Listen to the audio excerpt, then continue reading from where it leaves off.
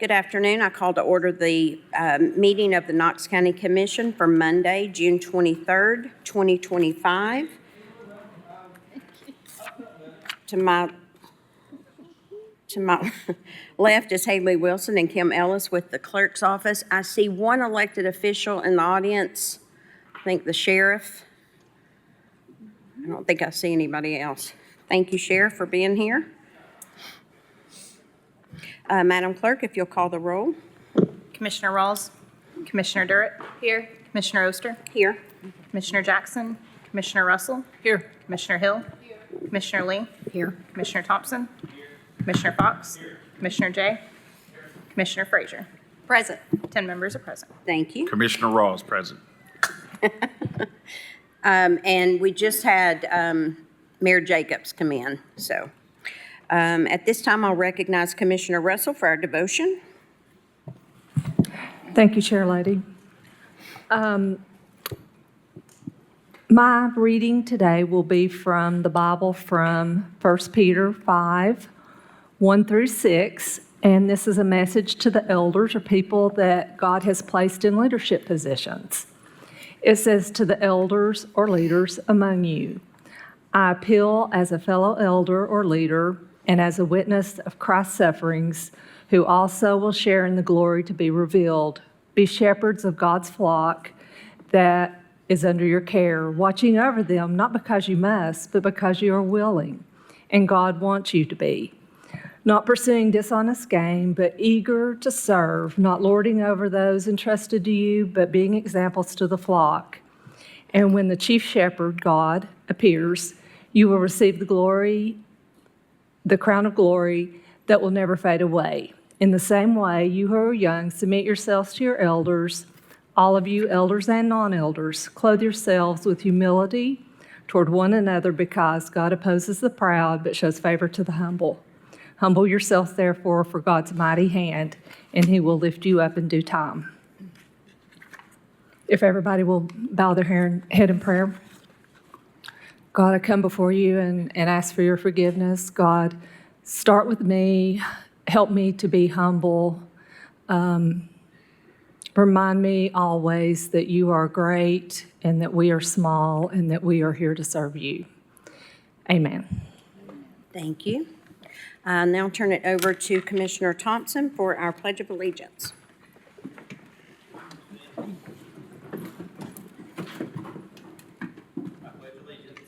To the flag of the United States of America, and to the republic for which it stands, one nation, under God, indivisible, with liberty and justice for all.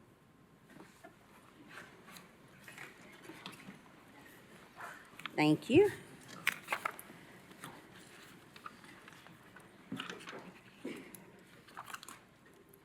All right. Sorry about that. I'll make a note. If it's at the pleasure of the body, after we set the agenda, we'll entertain a motion on the education and general government consent calendars, honorary resolutions, and presentation, and then set the rest of the agenda.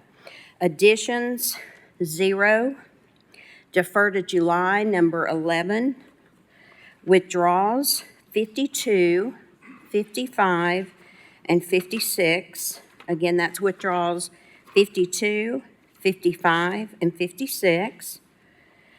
Non-consent, number 40, 42 through 44, 47 through 51, 53 and 54, 57 to 61, and 28 through 32. So again, that is 40, 42 through 44, 47 through 51, 53 and 54, 57 through 61, and 28 through 32. The Library Advisory Board, Ms. Nikki Walden, has withdrawn her name, so there's only one for District 4, and that's Mr. Luke Durkett. I think that's correct. I also want to move number 61 in front of number 58. I feel like that's the order that we need to go in. Do I have a motion? Motion to set the agenda as amended? I have a motion on the floor by Commissioner Durrett and a second by Commissioner Lee. Any discussion? All in favor? Aye. All opposed? The ayes have it. I'll now entertain a motion to approve the education and general government consent calendars. So moved? I have a motion on the floor by Commissioner Durrett, a second by Commissioner Hill. Any discussion? Seeing none, all in favor? Aye. All opposed? The ayes have it. Madam Clerk, if you'll read the first honorary resolution.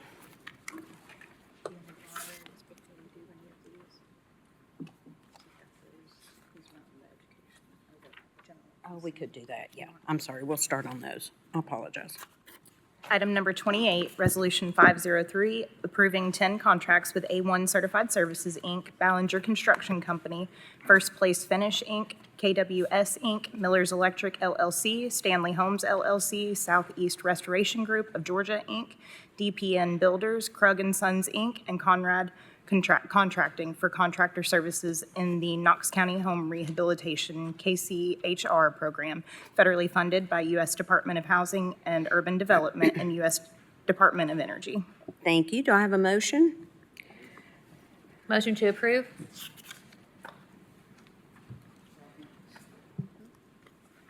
I have a motion on the floor by Commissioner Durrett, a second by Commissioner Hill. Any discussion? Commissioner Fox? Thank you, Madam Chair.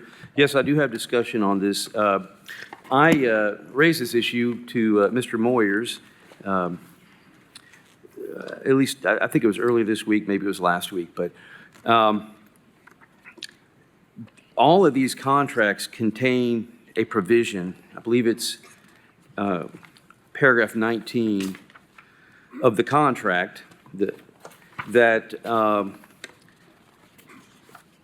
makes a statement basically that special consideration will be given to minority and women companies in awarding these contracts. And I think that that provision is not a lawful provision. That violates, I believe, our county's own non-discrimination policy that we voted on in September 2024, which prohibits discrimination based upon race and sex.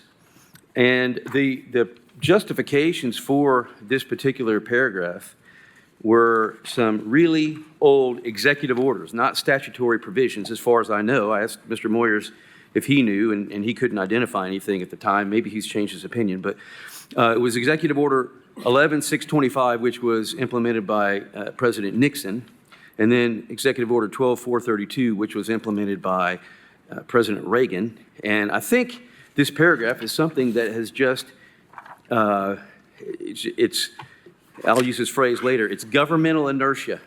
It's implemented, people forget about it, it's there, pro forma, and it doesn't belong there because words do matter. And I don't think that we should be authorizing contracts that have language that is no longer valid, particularly in light of a more recent executive order from March 15, 2025, issued by President Trump that reduced the scope of the federal bureaucracy and limited it to, it took away all non-statutory components. Well, this particular paragraph 19 was a non-statutory component.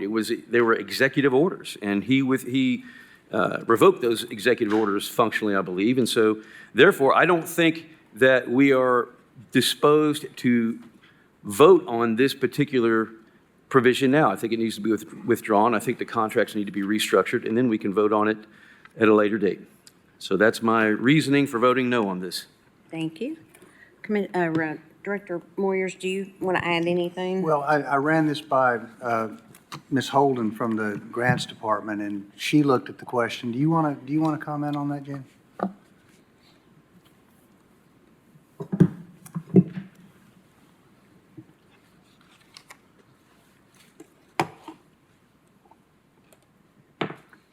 Jenny Holden, Grants and Community Development. Commissioner, that actually has been codified. I shared this with Mr. Moyers that this is actually language that is laid out in 24 CFR that requires for us to encourage. I did want to point that out, that it is simply encouraging the use of women and minority businesses, and that is still a requirement by HUD. That is still in the statutory requirements. I expect that that may change at some point in the future, but as of today, it is still in the statutory requirements for HUD. Okay, are you aware that, or Madam Chair, may I ask a question, please? Yes. Okay, thank you. Are you aware that the 24 CFR is a code of federal regulations? It's not a statute. It's not the United States Code. It's a provision that was implemented at some point in the past executively. It's part of the executive branch and not a part of something that was voted on by Congress. And it does include, and I do understand what you're saying, the executive orders are included as part of this, but the executive order that you referenced per this does not actually change anything that is in, and this is the code that actually guides what we can and cannot do with our HUD funding. All right, you understand that what you're talking about was never voted on by Congress? I will take your word for that, Commissioner, but I do know that per the regulations, for federal regulations for grant funding, we have to follow what is in 24 CFR. Right. Okay. Director Holden, I'll just sit tight on the next ones because I think you're in there. Do we have any other discussion? Seeing none, we have a motion on the floor by Commissioner Durrett and a second by Commissioner Hill. All in favor? Aye. All opposed? No. We have 2 noes. Thank you. The motion passes. Thank you. Next item, please. Item number 29, Resolution 504, approving a program-based master agreement for consumer reporting and ancillary services with TransUnion LLC for low, moderate-income homeowner rehabilitation loan application approvals in the Knox County Home Rehabilitation Program, federally funded by U.S. Department of Housing and Urban Development and Community Development Block Grant. Thank you. Do I have a motion? Motion to approve? I have a motion on the floor by Commissioner Durrett, a second by Commissioner Hill. Any discussion? This is one that you pulled. Did you have anything that you wanted to add? This is, I've spoken on this a number of times. This is simply my opposition to block federal grants. Thank Because you. it's borrowing money to give to us. It's not coming from actual tax revenue. Thank you. All right, we've got a motion on the floor by Commissioner Durrett, second by Commissioner Hill. All in favor? Aye. All opposed? We have 1 no. Motion passes. Next item, please. Item number 30, Resolution 505, approving a program-based subscription agreement with Home for Life Design for the case management of services rendered to aging-in-place applicants in the Knox County Home Rehabilitation Program, federally funded by U.S. Department of Housing and Urban Development's Older Adult Home Modification Program. Thank you. Do I have a motion? Motion to approve. Second. I have a motion on the floor by Commissioner Hill and a second by Commissioner Thompson. Any discussion? Seeing none, all in favor? Aye. All opposed? 1 no. Motion passes. Next item, please. Item number 31, Resolution 507, approving 3 agreements in 2025 Community Development Block Grant Program funds with the following service providers for various activities and programs: Knox County Community Action Committee Homeward Bound Program in the amount of $132,000, Neighboring Housing, Inc., Operation Backyard in the amount of $50,000, and the University of Tennessee, HMIS, in the amount of $20,000, federally funded through HUD CDBG programs, no local match required. Thank you. Do I have a motion? Motion approved. I have a motion on the floor by Commissioner Thompson and a second by Commissioner Durrett. Commissioner Fox? I do have some brief discussion on this, and this applies to all these. I just want to make sure, I made a statement on the Commissioner Forum, but I attempted by rule to allow me to register a no vote without having to bring each one of these up, and I was informed by the Law Director's office at the Rules Committee meeting that that was not permissible. So I'm sorry to have to do this, but the law commands it, I suppose. So that's my discussion. Thank you. Thank you. Any further discussion? Seeing none, we have a motion on the floor by Commissioner Thompson, second by Commissioner Durrett. All in favor? Aye. All opposed? We have one no. Ayes have it. Next item, please. Item number 32, Resolution 508, approving a program-based professional services agreement with Martha Pack, doing business as Adapt and Stay LLC for aging in place and occupational services to elderly individuals receiving services in the Knox County Home Rehabilitation Program, federally funded by U.S. Department of Housing and Urban Development's Older Adult Home Modification Program. Thank you. Do I have a motion on the floor? I have a motion on the floor by Commissioner Rawls and a second by Commissioner Thompson. Any discussion? Seeing none, all in favor? Aye. All opposed? We have one no, and item passes. Next item, please.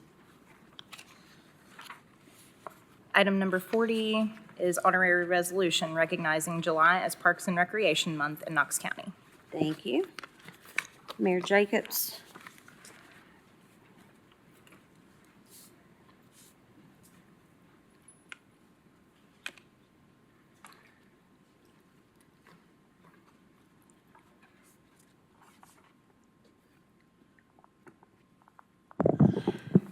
Thank you, Mr. Chair. I appreciate that. I'm with Knox County Mayor Glenn Jacobs, 400 Main Street. Make sure I identify myself. Obviously, you know Vice Chair Kim Frazier, who is with me at the podium, and it is my honor to read this resolution honoring our parks and June as National Park Month. And it reads, whereas Parks and Recreation is an integral part of communities throughout the country, including Knox County. And whereas Parks and Recreation promotes health and wellness, improving the physical and mental health of people who live near parks. And whereas Parks and Recreation promotes time spent in nature, which positively impacts mental health by increasing cognitive performance and well-being, and alleviating illnesses such as depression, attention deficit disorders, and Alzheimer's. And whereas Parks and Recreation encourages physical activities by providing space for popular sports, biking trails, splash pads, and many other activities designed to promote active lifestyles. And whereas Parks and Recreation programming and education activities, such as out-of-school time programming, youth sports, and environmental education are crucial to school development. And whereas Parks and Recreation increases a community's economic prosperity through increased property value, expansion of the local tax base, increased tourism, the attraction and retention of businesses, and crime reduction. And whereas Parks and Recreation is fundamental to the environmental well-being of our community, and whereas Parks and Recreation is essential and adaptable infrastructure that makes our communities resilient in the face of natural disasters and climate change, and whereas our Parks and Recreation areas ensure the ecological beauty of our community and provide a place for children and adults to connect with nature and recreate outdoors.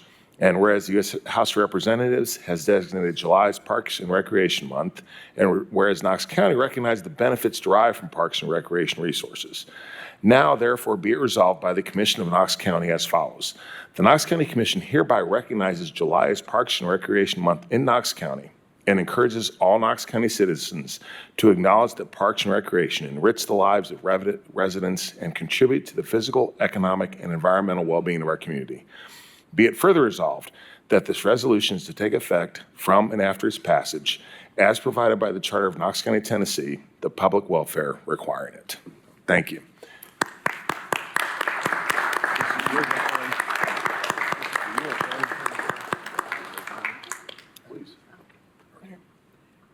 I just want to quickly say our parks and recreational offerings are some of our greatest assets here in Knox County. They create opportunities for families and friends and neighbors to come together and enjoy the great outdoors. We have 61 parks across Knox County, and I am truly grateful to our Parks and Rec team for keeping our parks clean, safe, and a beautiful space for our citizens to gather. So thank you, Director Mack. Thank you. All right. You gotta So- say something. So normally, we have members on our team that are here this evening, up here with me, but this is a special year. This is our 40th anniversary. So parks have been in the county a lot longer than that, but our department's only been around for 40 years. So we'll be celebrating our 40th anniversary this year by doing 40 different activities. We've already started.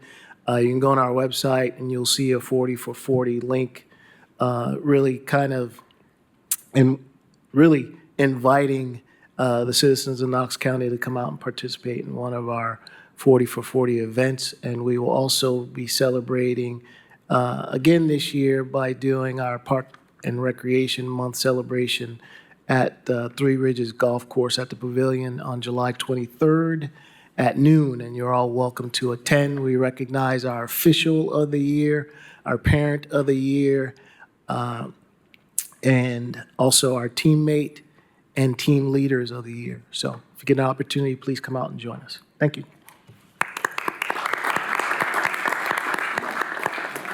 If I could please say one more thing, we'd be remiss if we also didn't recognize the great work that Legacy Parks does in cooperation with Knox County, such as the Knox County Water Trail, which they have helped tremendously on, as well as the new Friends Broad Veterans Memorial Park. And if no one has been out there to see that, please take a chance to visit. It is awesome. So it really is like everything else we do here in Knox County. It's a collaboration among many different partners. So thank you also very much for recognizing this wonderful department, though. Thank you.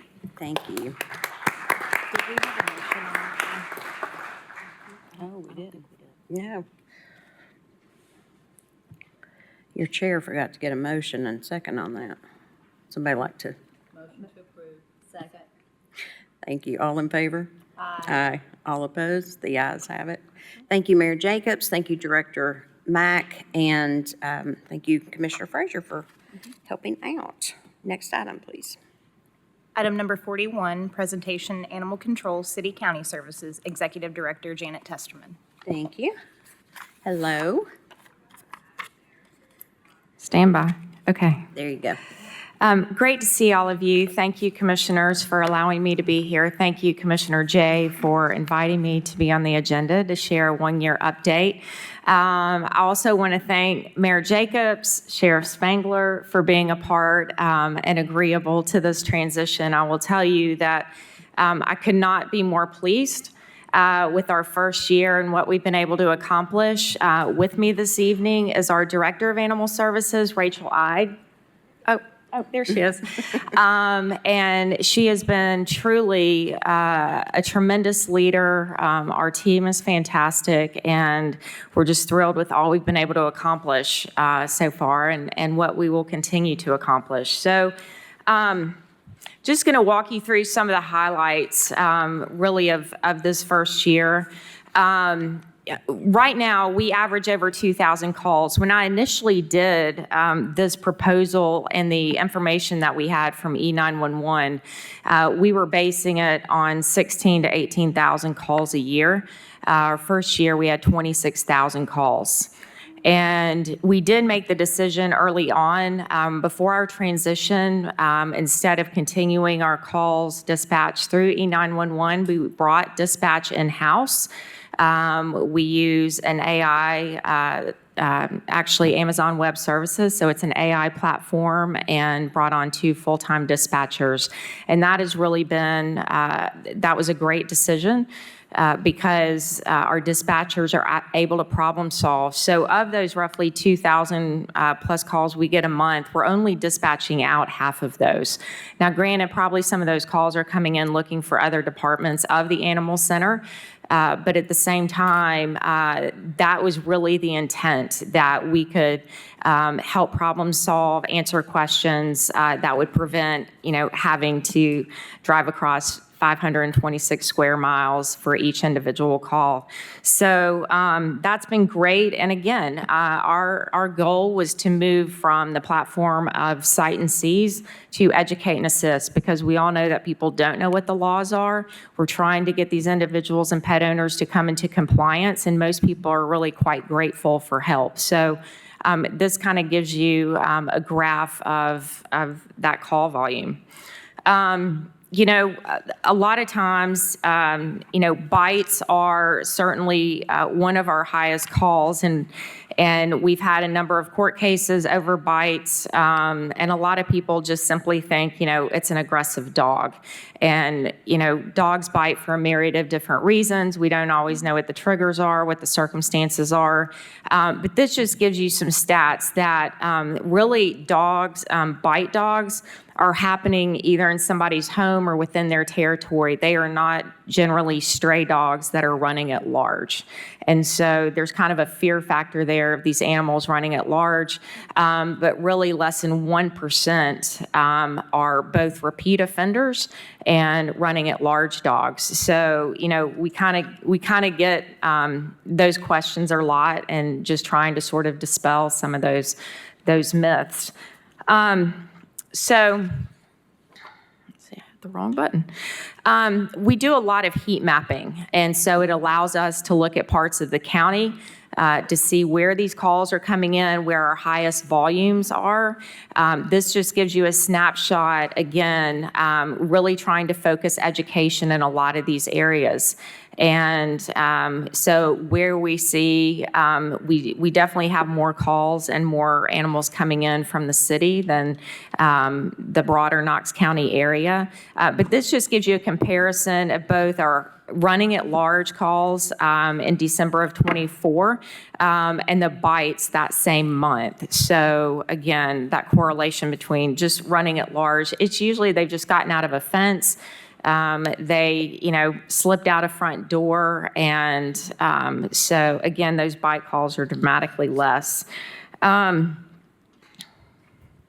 So probably one of the greatest statistics of our first year, and again, this was really the ultimate goal, one of the ultimate goals, is we wanted, as soon as we got a call for an at-large or a stray dog, we wanted to be able to return these animals in the field. All of our trucks are equipped with microchip scanners.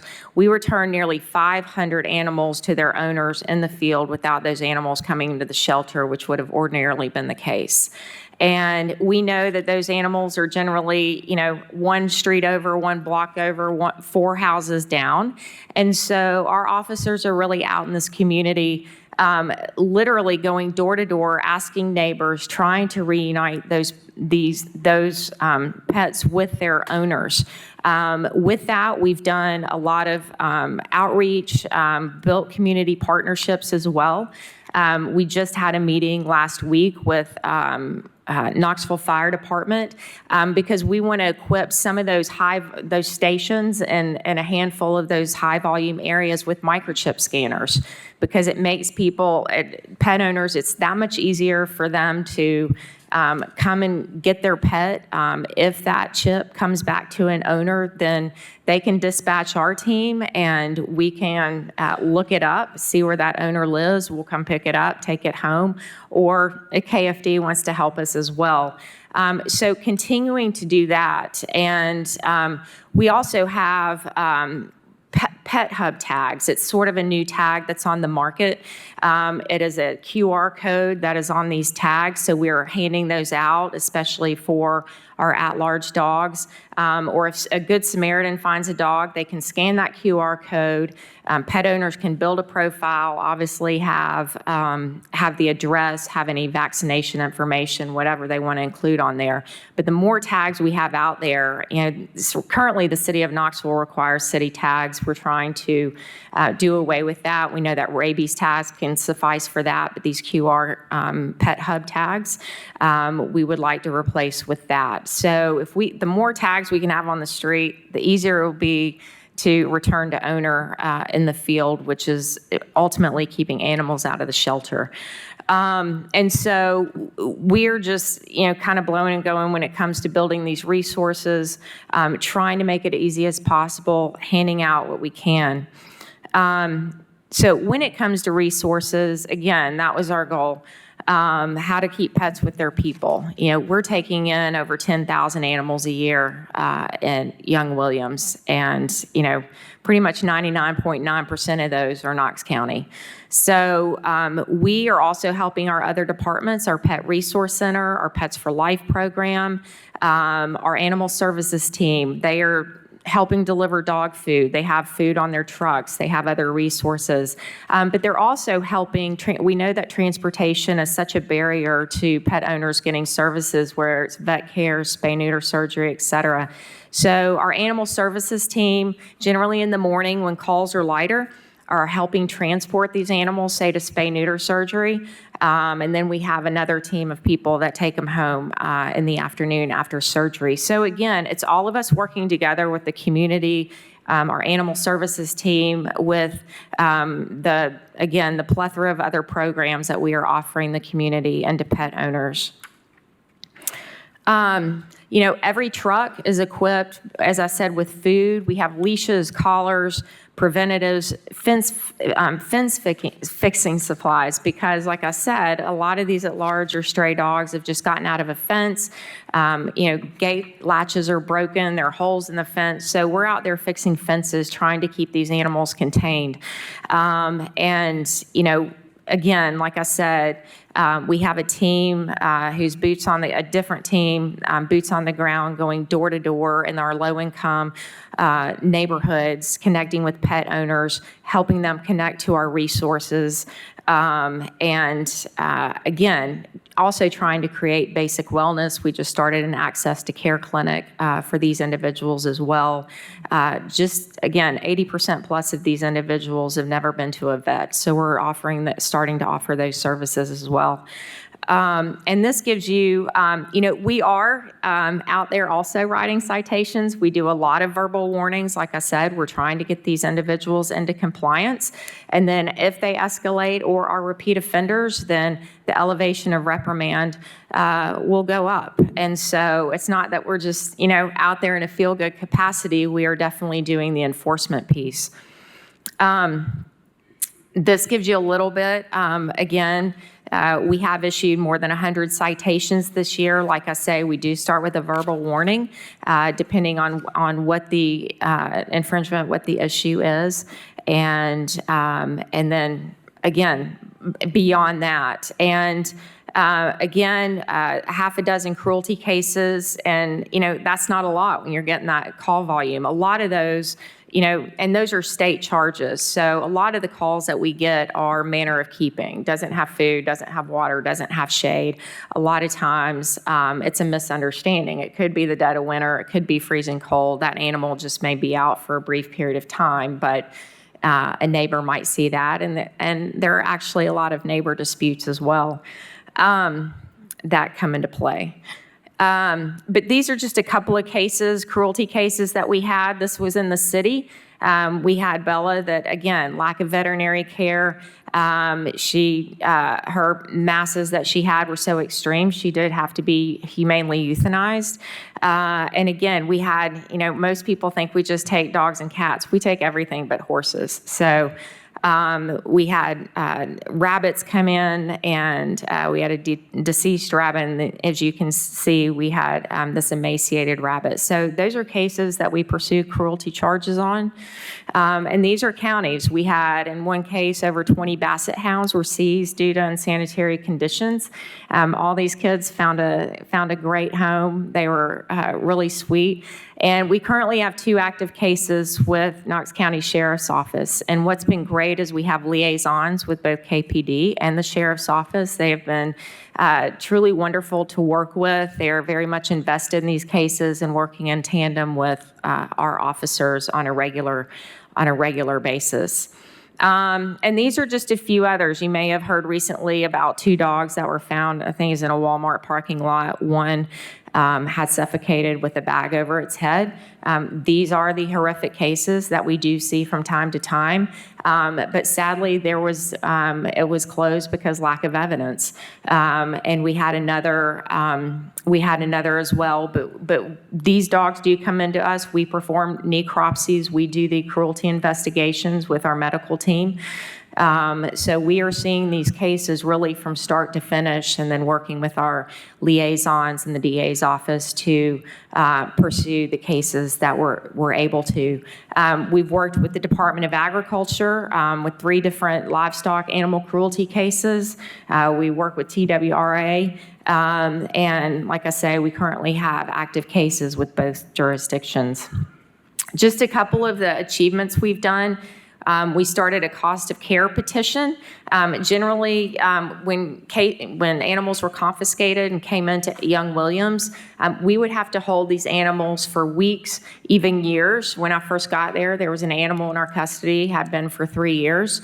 And we're kind of stuck holding the bill because either they ultimately surrender, the court causes them or forces them to surrender the pet, or if they do get charged, you rarely see the restitution come in. And so Rachel was able to pursue a cost of care petition where we worked to get payment for the care of these animals while they're in our custody. And so Bella, the case I mentioned earlier, was the first case that this was trialed on. We've done extensive training. Every officer comes in, goes through the National Animal Care and Control Association training, and they go through different series of training as well.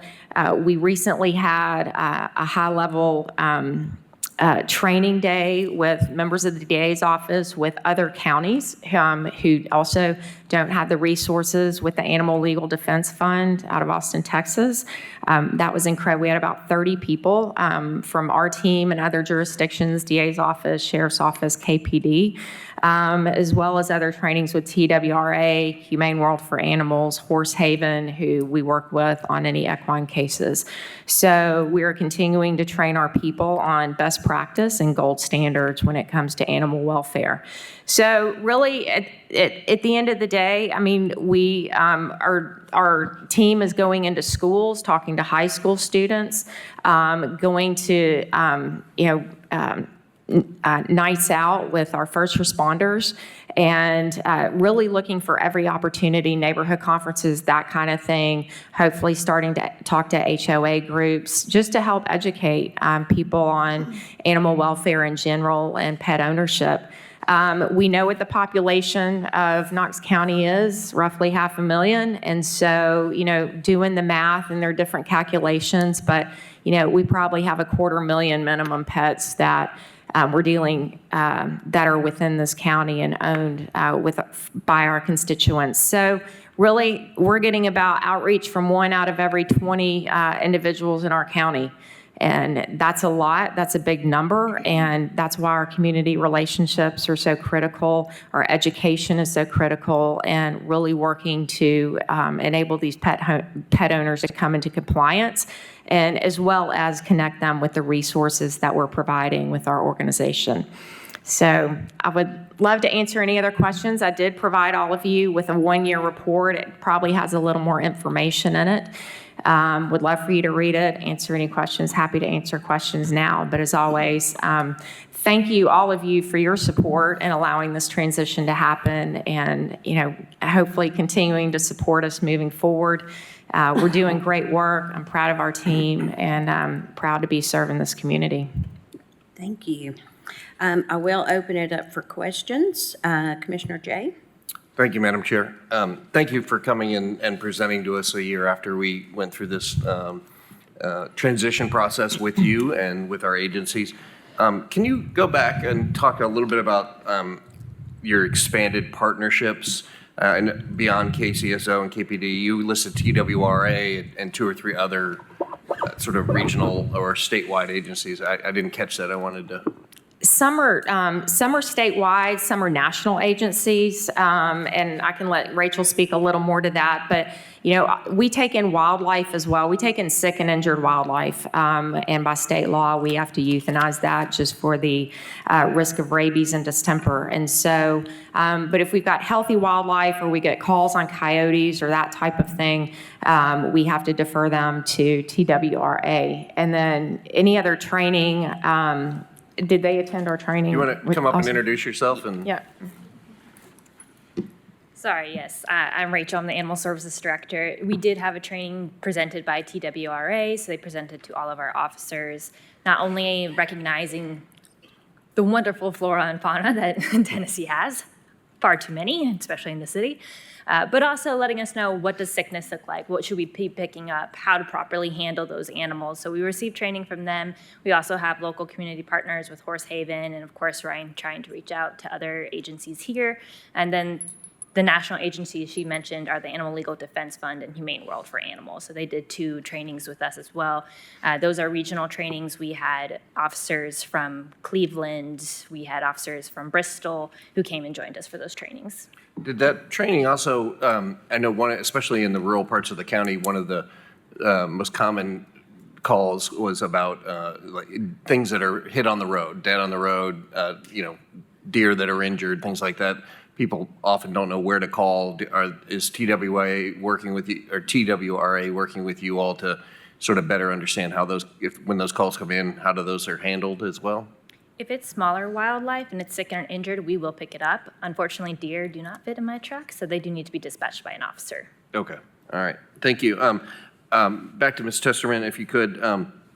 One of the primary concerns when the merger happened last year was retention of staff, especially in the officer categories. You had 2 different agencies that had animal control officers. You had your own internal officers putting 3 agencies together and continuing to work. How has that gone on the staffing specifically for the officer side of the equation? I think it's gone really well.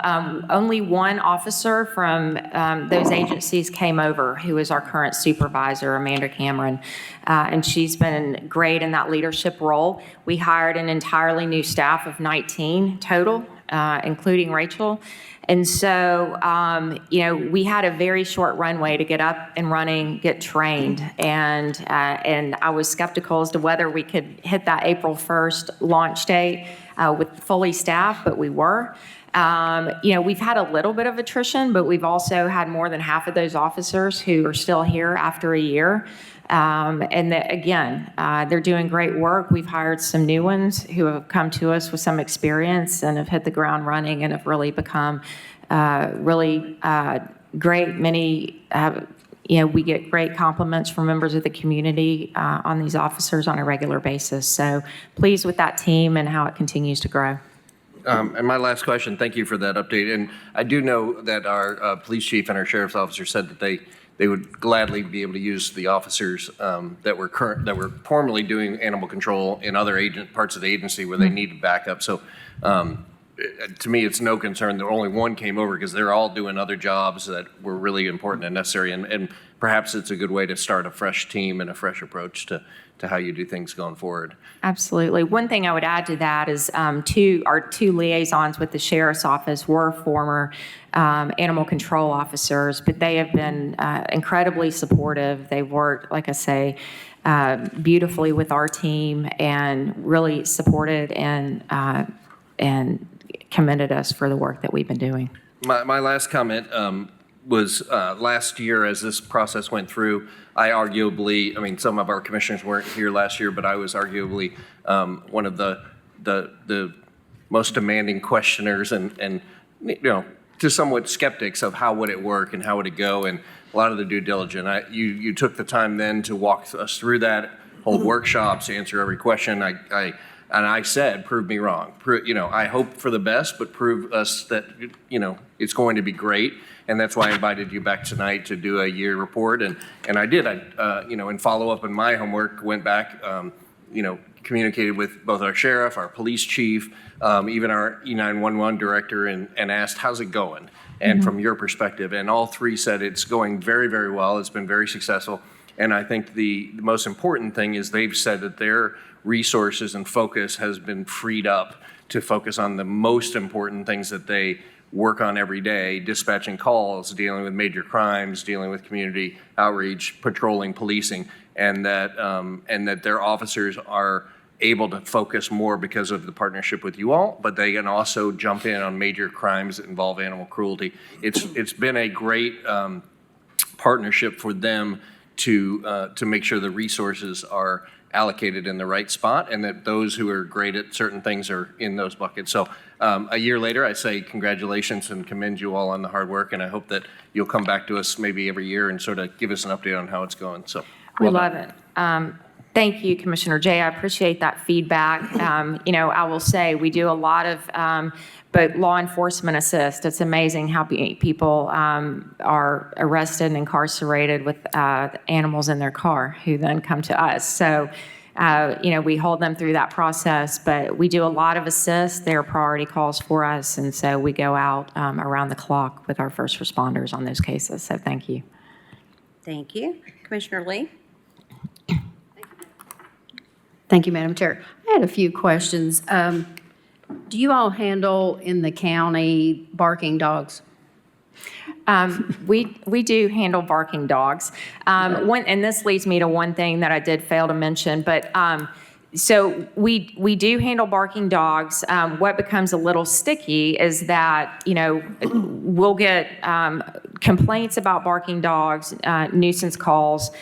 So we ask the neighbors, which is generally who it is, if that is who's calling, if they can get video or documentation of those, because then those are cases that then go to court, and to have that type of proof. If they're not willing to go to court and testify, it's really hard for us to do it, because by the time an officer gets there, that dog is either inside or has ceased barking or whatever the case may be. So our officers generally can't be witness to that.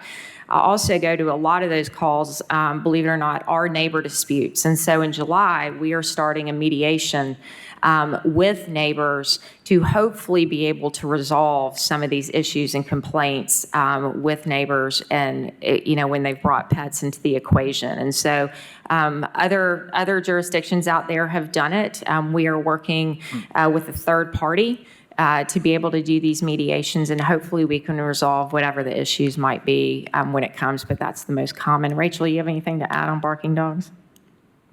I'm just very excited for the Community Mediation Center. I'm excited for their expertise.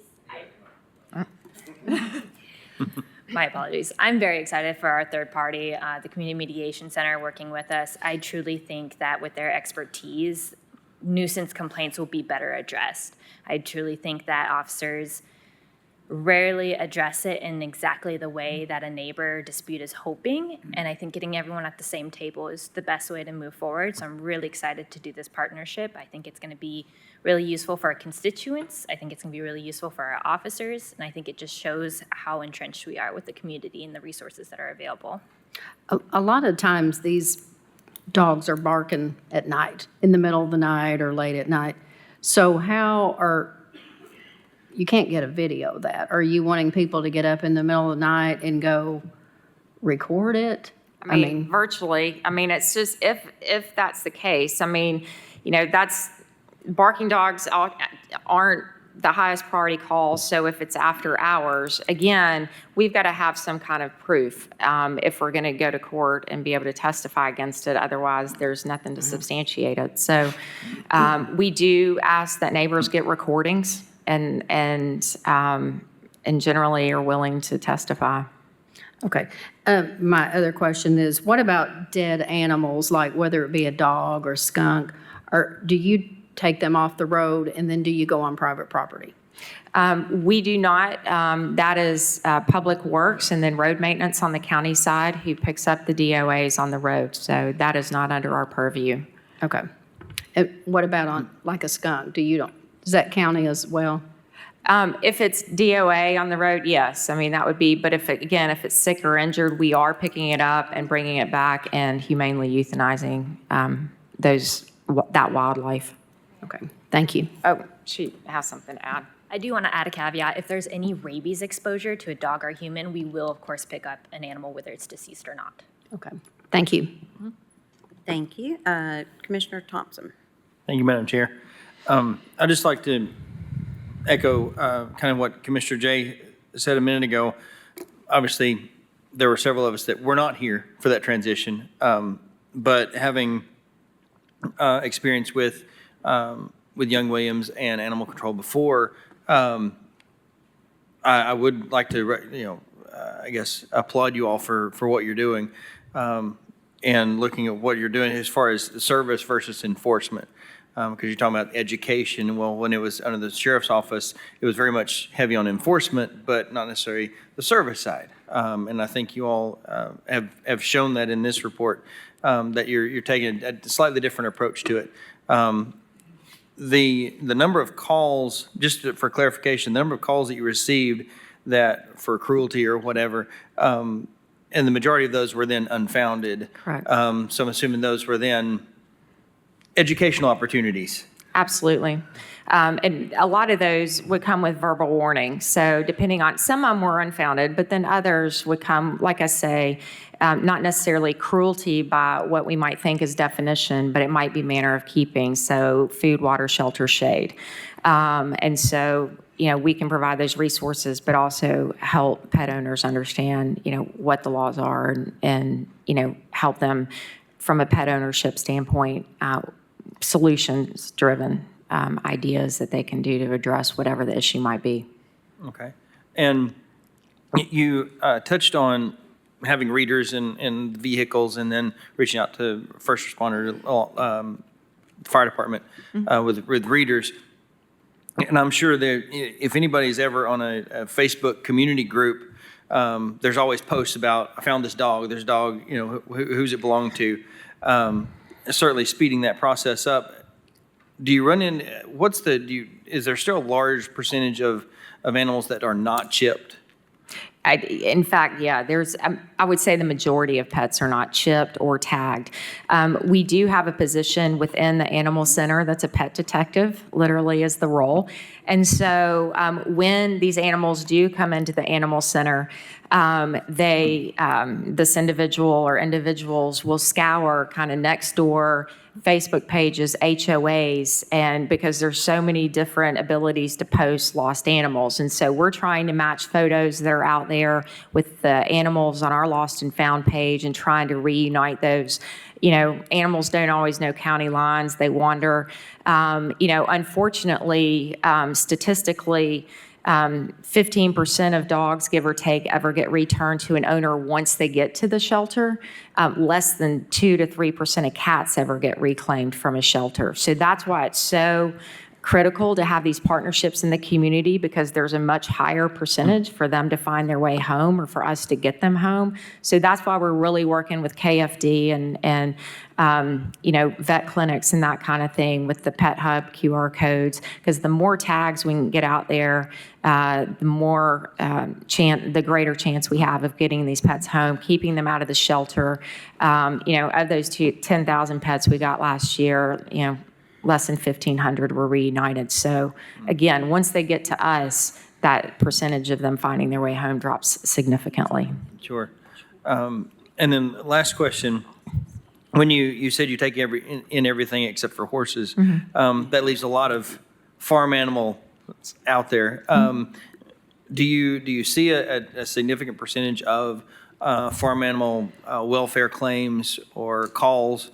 And then how do you work with the Tennessee Department of Agriculture? I ran into them. They were having a roadside check a few weeks ago on a Tuesday, because that was obviously sale day. So they're checking all the cattle trailers. But as far as animal welfare for farm animal livestock, how do you all work with them? And are there educational opportunities for the general public when they're driving by a field and see some cows or whatever, and how to address that? I'll let Rachel speak more to that, but we have always taken in, we take in goats, pigs, and we see, a higher volume of those than you might think. So we also work or, have relationships with area farmers and that kind of thing when we do. Probably one of our first big cases was a 28 buffalo that got out, or that we had to wrangle. Who knew there were buffalo? It was a new resident of Knox County. But if you want to add about livestock and the Department of Ag and how we've worked with them on some cruelty and other cases. I don't have the exact percentages of the livestock calls I have, but if you are interested, I can pull that. That's something I can certainly pull. That being said, I have worked with them and we've come up with a kind of plan. Officers respond first out to animal cruelty complaints, and then if we find that it's significant beyond the education, we just refer it to the livestock ag officer. But if we can educate to compliance, we will do that. It just takes a little bit off his shoulders. I believe he works 6 counties, so it just helps him with that. Again, we're in the community. We work very closely with Horse Haven. We get donated food, so if we're able to do it, we certainly will. But once it reaches a certain level, state law dictates that only state ag officers can do that investigation, so we do refer it to them. Gotcha. Okay. So the Department of Ag tends to take the lead, and you all support them when And they Yes. need it. Gotcha. Okay. Thank you very much. You're welcome. Thank you. Thank you, Ms. Testerman. Thank you for being here, answering the questions, and Commissioner Jay for inviting her, and then she was able to prove you wrong. So that was a win-win for everybody. Hope I can continue to prove them wrong. I had to throw that out. I do appreciate everything that you're doing. I know how hard you guys are working, and we Well, appreciate it. Again, grateful for your support. I'm here anytime for questions. Always welcome tours or any other information. So thank you very much. Thank you. All right, next item, please. I do take a little offense to that at-large dog reference, but besides that. Well. Yeah. Next item is public forum for agenda items only. This is where we will wait for public forum items when we get to the item number. And next item is approval of minutes of the previous meeting. Do I have a motion? I have a motion on the floor by Commissioner Rawls, second by Commissioner Thompson. Any discussion? Seeing none, all in favor? Aye. All opposed? The ayes have it. Next item, please. Item number 42 is consideration of the acceptance of new county roads. A, Avian Forest Lane and Avian Forest Units 1 and 2, District 7. B, Janet May Drive, Avian Forest Unit 1, District 7. C, Joy Denise Lane, Avian Forest Units 1 and 2, District 7. Thank you. Do I have a motion? I have a motion on the floor by Commissioner Jay, second by Commissioner Durrett. Any discussion? Seeing none, all in favor? Aye. All opposed? The ayes have it. Next item. Item 43, consideration of the closure of an unnamed right-of-way that was the original alignment of Hoyle Beals Drive situated between Middlebrook Pike and the relocated Hoyle Beals Drive, Commission District 6. Thank you. Motion? Second. I have a motion on the floor by Commissioner Hill, second by Commissioner Frazier. Any discussion? All in favor? Aye. All opposed? The ayes have it. Next item, please. Item number 44, line item transfers, total amount of $907,523.49. Motion to approve. I have a motion on the floor by Commissioner Jay, second by Commissioner Rawls. Any discussion? Seeing none, all in favor? Aye. All opposed? The ayes have it. Next item. There are no budget amendments, so the next item is notary public applications. There were 213 received. Thank you. Motion to approve. Second. I have a motion on the floor by Commissioner Durrett, second by Commissioner Hill. Any discussion? Seeing none, all in favor? Aye. All opposed? The ayes have it. Next item, please. Item number 45, spread of record, the Knox County Mayor's order reappointing Darla Burdall to the First Utility District Board of Commissioners. Item number 46, spread of record travel for the 2025 Tennessee County Services Association, TCSA, Spring Legislative Conference.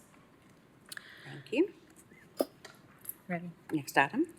Item number 47, Resolution 110, confirming the Knox County Mayor's reappointments of Margaret Counts and Paul Jordan to the Visit Knoxville Board of Directors. Terms expire June 30th, 2028.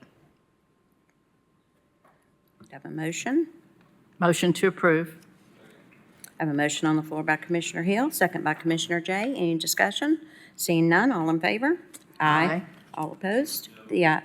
I'm sorry, Commissioner, okay. Okay, and Russell passes. So we have one no and one pass. Thank you. Item passes. Next item, please. Item number 48 is Resolution 111, appointing Jim Snowden, nominee of the Knox County Mayor or of an official or employee of Knox County, and David McGinley, nominee of the City of Knoxville, Mayor of an official or employee of the City of Knoxville, to serve on the Knox County Air Pollution Control Board. Terms expire June 30th, 2029. Motion to approve. Second. A motion on the floor by Commissioner Thompson, second by Commissioner Hill. Any discussion? Seeing none, all in favor? Aye. All opposed? The ayes have it. Item number 49, Resolution 112, appointing Angie Gothert, District 3 seat, to the Knox County Library Advisory Board. Term expires July 1st, 2028. Thank you. I'll make that motion. Second. I've got a motion on the floor by Commissioner Oster, second by Commissioner Frazier. Any discussion? Seeing none, all in favor? Aye. All opposed? The ayes have it. Commissioner Thompson, Oh, sorry. thank you. Yeah, she took her name off. Yeah. Item number 50 is Resolution 113, appointing Luke Dukart, District 4 seat to the Knox County Library Advisory Board. Term expires July 1st, 2028. Motion to approve. Second. I have a motion on the floor by Commissioner Thompson, a second by Commissioner Frazier. Any discussion? Seeing none, all in favor? Aye. All opposed? No. Motion passes. Next item, please.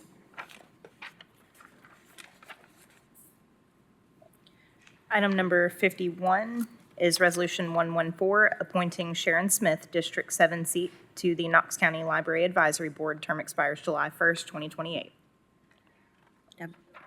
Second. I have a motion on the floor by Commissioner Lee, second by Commissioner Frazier. Any discussion? Seeing none, all in favor?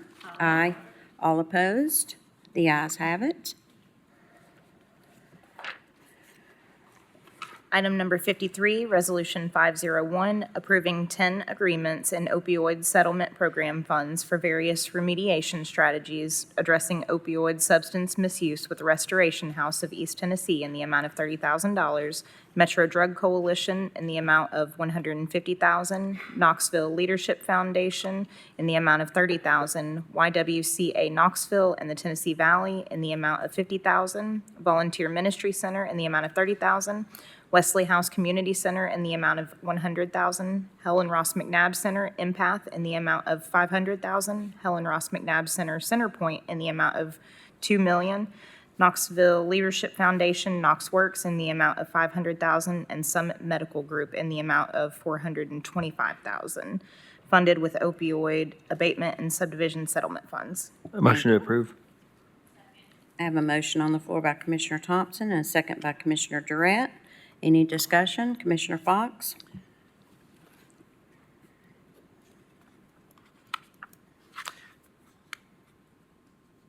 I'd like to make a substitute motion that we pass this till July. Or I guess it's an amended motion. Is that an amendment, Mr. Moyers? There'd be a substitute. No, it'd be a substitute. Substitute, yeah. All right, I've got a substitute motion on the floor. Do I have a second? Seeing none, the substitute motion dies for lack of second. We're back on the motion. Commissioner Russell? Yes, I just wanted to make a statement. There are a couple of entities on here that I particularly do not approve of and would not have chosen. However, I believe that the majority of this is being used very wisely, and therefore I will be supporting it. Thank you. All right, we've got a motion on the floor by Commissioner Thompson and a second by Commissioner Durrett. All in favor? Aye. All opposed?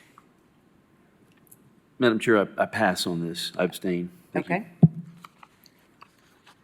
Motion passes. Next item, please. Item number 54, Resolution 506, approving the following 28 defined service agreements funded in the FY 2026 Budget General Fund and Hotel Motel Tax Fund. Boys and Girls Club of the Tennessee Valley in the amount of $20,000, CASA of East Tennessee in the amount of $20,000, Catholic Charities of East Tennessee in the amount of $45,000, Centro Hispano East Tennessee in the amount of $35,000, Community Coalition Against Human Trafficking in the amount of $12,500, Community Mediation Center in the amount of $20,000, East Tennessee Freedom Schools in the amount of $10,000, Emerald Youth Foundation in the amount of $15,000, Friends of Literacy in the amount of $25,000, Helen Ross McNabb Center in the amount of $50,000, Helping Mamas, Inc. in the amount of $10,000, Hillcrest Healthcare Communities, Inc. in the amount of $12,500, Interfaith Health Center in the amount of $50,000, Keep Knoxville Beautiful in the amount of $25,000, Kim Health Center in the amount of $30,000, Knoxville Family Justice Center in the amount of $20,000, Mental Health Association of East Tennessee in the amount of $35,000, Olive Tree Early Learning Academy in the amount of $12,250. Reboot Recovery in the amount of $10,000. Arts and Culture Alliance of Greater Knoxville in the amount of $425,000. Asian Culture Center of Tennessee in the amount of $50,000. Beck Cultural Exchange Center in the amount of $75,000. Legacy Parks Foundation in the amount of $125,000. The Muse Knoxville in the amount of $50,000. Zoo Knoxville in the amount of $1,175,000.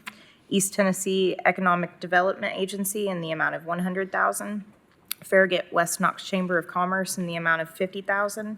And Greater Knoxville Chamber of Commerce in the amount of $1,270,500. Thank you. Do I have a motion to approve? I have a motion on the floor by Commissioner Durrett, a second by Commissioner Hill. Any discussion? Madam Chair. Commissioner Thompson? Thank you, Madam Chair. I did have one question, and apologies to our clerk, because that was quite a mouthful. My question is, and it may be directed towards Director Caldwell. In this resolution, there are a lot of items, and it was listed in the general budget fund and hotel motel tax fund. Is there a reason that all of this was in one resolution versus dividing it up? Because some of these fit into the general fund and then also hotel motel tax. But my other question was, when we approved the budget, would these not have been in that? Why are we approving it again? You've got the man to ask. It's a stretch, but Chris Caldwell of Finance Department. Two things. One, we put all those contracts, Ms. Holden did, in one resolution because they were through that RFP process or RFI process. Two, you are correct. You approved these in the budget, but now you're just approving the contract. So you approved the appropriation, but these are just the detailed contracts of those appropriations. Gotcha, okay, thank you. That was just a point of clarification. Thank you. Thank you. Commissioner Fox? Thank you, Madam Chair. I have a similar concern that is aligned with what Commissioner Thompson just said, and that is I think this violates our charter, which requires single subject resolutions and ordinances. So that's my first objection to that. And when I get done, or go ahead and let's hear if Chancellor Moyers can provide some type of opinion on that. And the basis for this is precisely because it comes from two different funds. And I think that certainly the pattern of this body is to discuss each contract separately. That's been the pattern that we followed since I've been on commission, is every contract is approved separately. So we'd like to hear Mr. Moyer's opinion. Well, I wish I'd been informed of this objection earlier. As I read the resolution, the single subject is approving a number of contracts that for whose funds have already been appropriated by this commission. As I sit here at the moment, I don't think it violates our charter because, as I say, the money's already been appropriated, and now it's just a matter of these contracts. You could consider them separately, I suppose, but I don't believe, as this is written, that it's violative of our charter. Okay. Well, you would agree that any contract that we have that is before us, a contract for architectural services, the money's already been approved. So I can't see how that is a criteria that would determine whether or not it violates the single subject rule. So, well, one difference is that the majority of these contracts, with the exception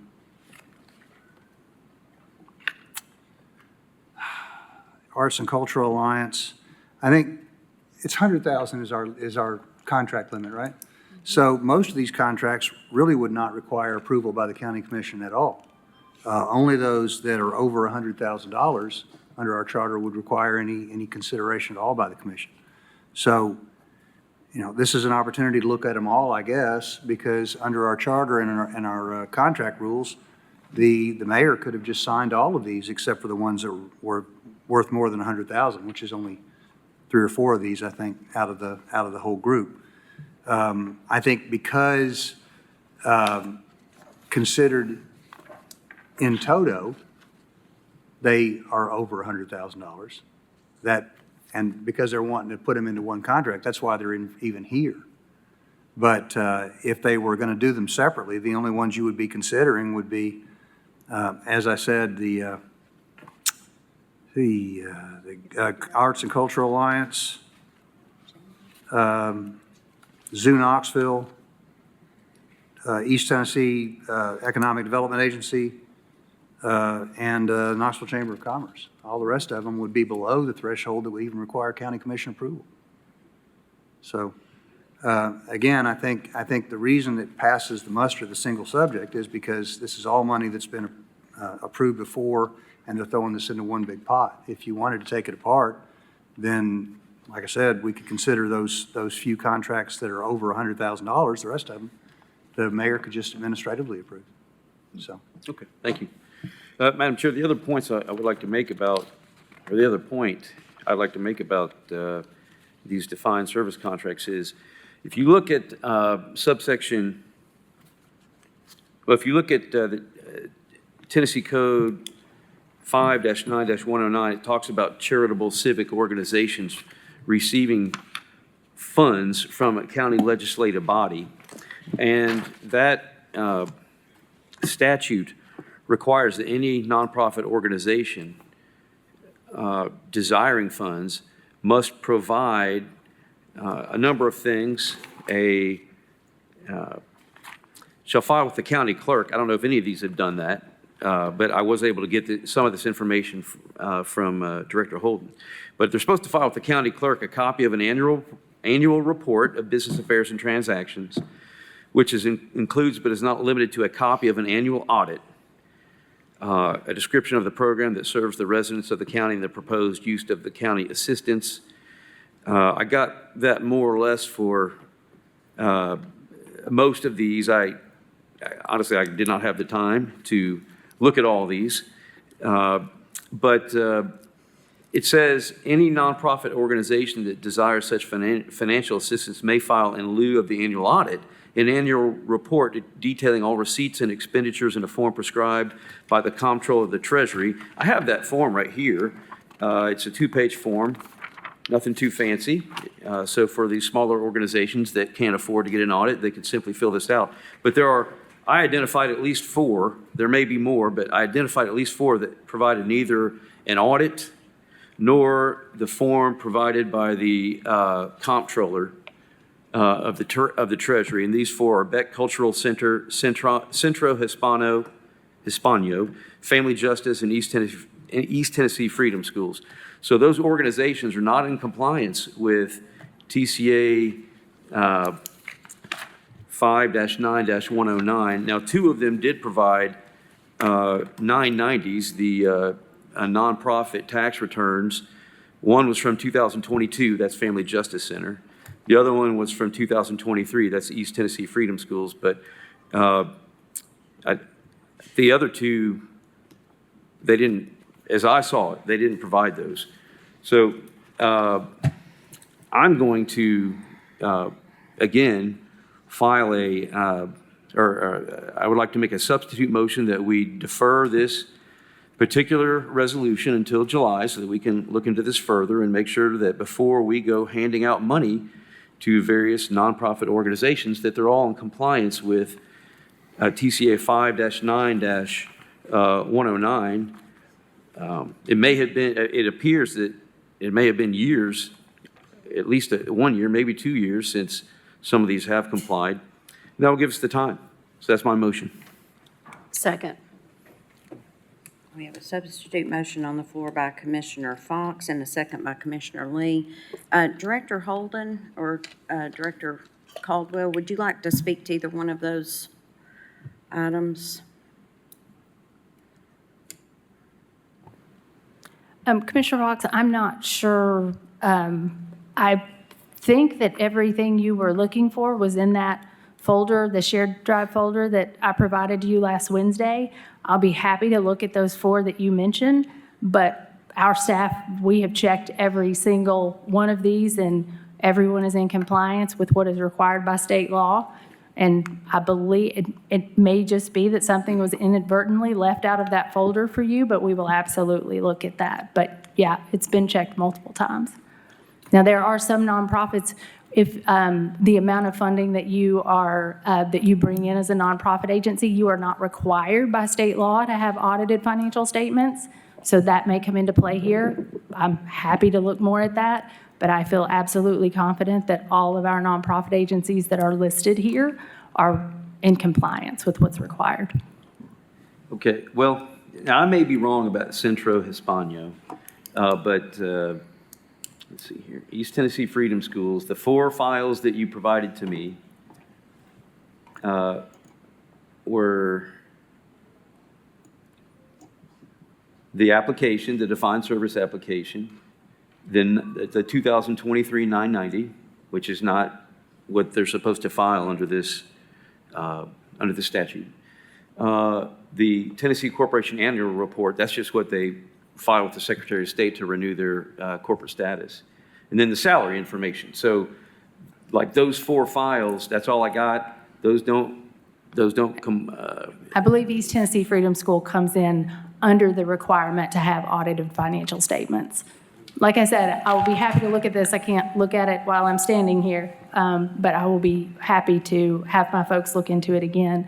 But I feel confident that the nonprofits that we are funding have met all the requirements. Okay, well, I'm just telling you what TCA 5-9-109 says. It says any nonprofit organization that desires financial assistance from the county legislative body. I didn't see a floor, I guess, for that particular issue, but let's see. Let's see here. I'll tell you which ones I got for Beck.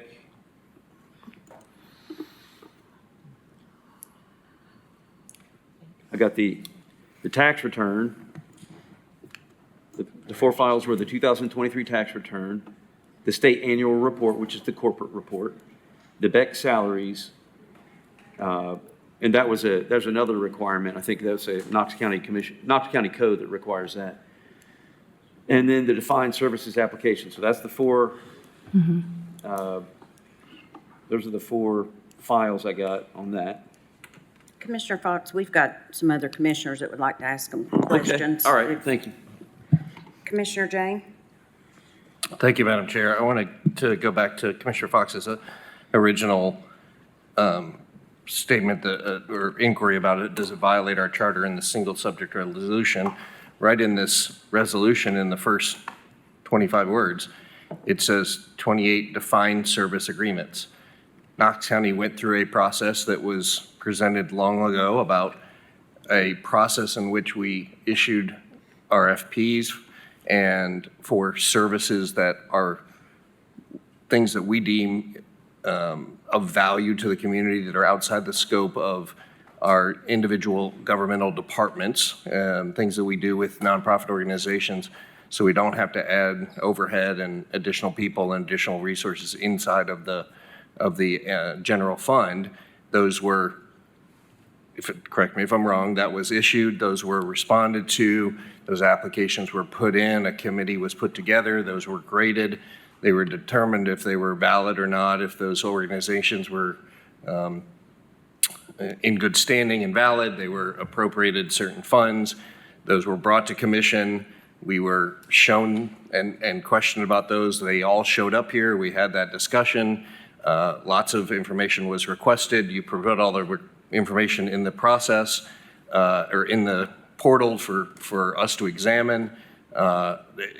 But all of that file is under defined service agreements. These are all the exact same things. Now, they may come from hotel motel funds, or they may come from general funds, but they're all the exact same thing. Is that accurate? Yes, that is correct.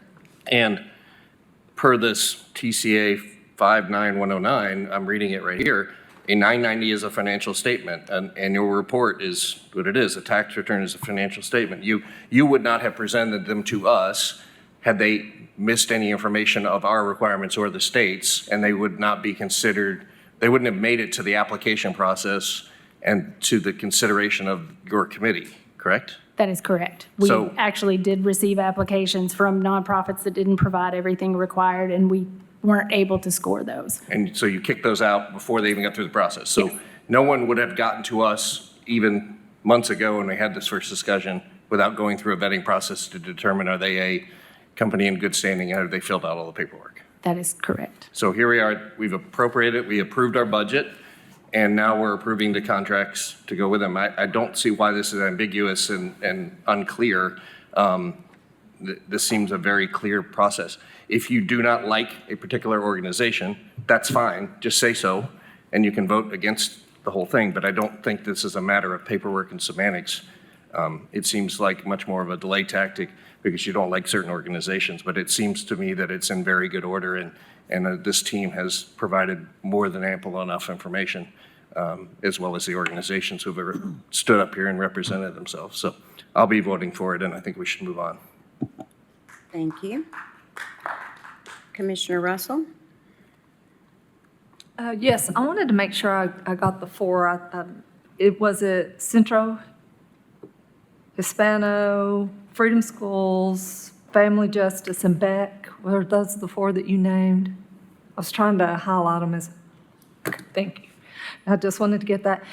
Also, I will be voting no on this just simply because I don't think that it's, and I've expressed this before, I don't think that it's correct for us to tax taxpayers and then give to not-for-profits. I think that it's the job of individuals to give to not-for-profits, so I will be voting against it. Thank you. Commissioner Rawls? Thank you, Madam Chair. Actually, Commissioner Jay hijacked, I guess he was reading my mind. But to that point, we've discussed these in the budget. And so my question, Ms. Holden, is would this statute even count for organizations that we're pulling from hotel motel tax? And also, would it apply to their fiscal sponsors? Because some of our smaller organizations use fiscal sponsors when they apply for grants, et cetera. So none of the organizations that we are funding are using fiscal sponsors. Okay. So what we try and do is we try and look at the county charter as well as state law and make sure that we have all of those things in place for any of our applicants prior to starting the whole process of reviewing applications. Okay. We have a couple of people that go through every application to make sure all of those things are in place. And, you know, we'll even do 2 reach outs to folks to say, hey, you're missing this or that, and if you could provide it.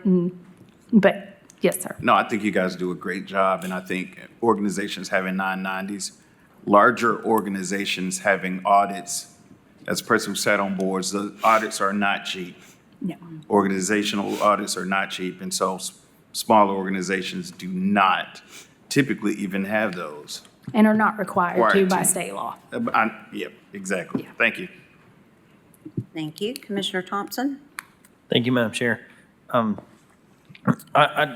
Again, I'd like to echo that, you know, you all run a really tight ship.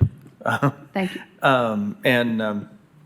So I think to address some of Commissioner Fox's concerns, if we were to pass this, and I apologize if I was the one that kicked off this whole discussion, because I was just asking for clarification, because it seemed like a lot just in one resolution. But to address Commissioner Fox's concerns, if we were to pass this resolution and going back through it, you realize that there were a couple of these that were named that there was something missing.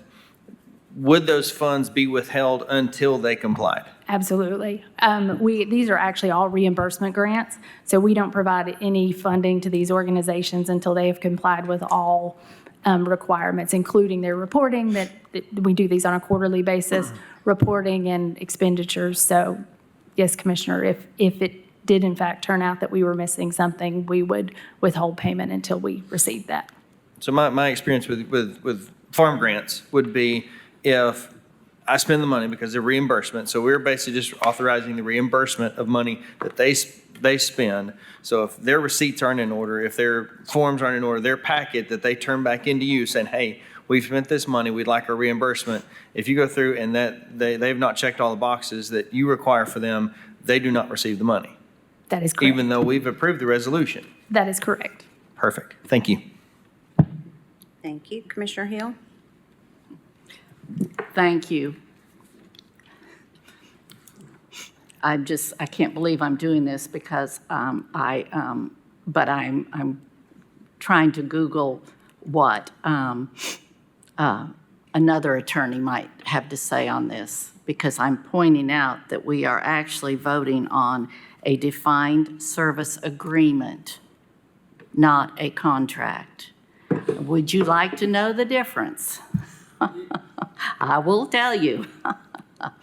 The difference between defined service agreements and contracts, all contracts are considered agreements, but all agreements are not considered contracts.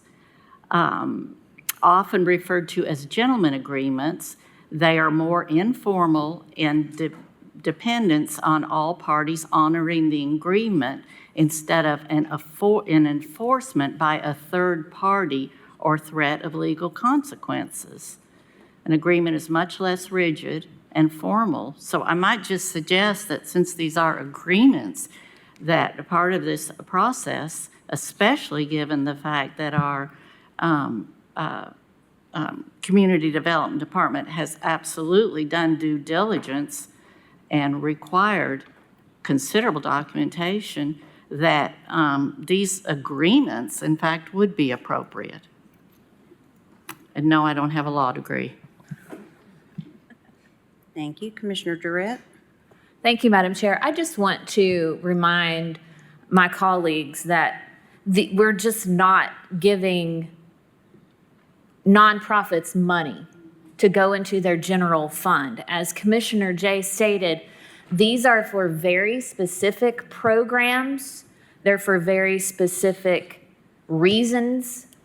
They are so we don't have to hire and add to our general fund for employees and more departments and all of the things that come with it.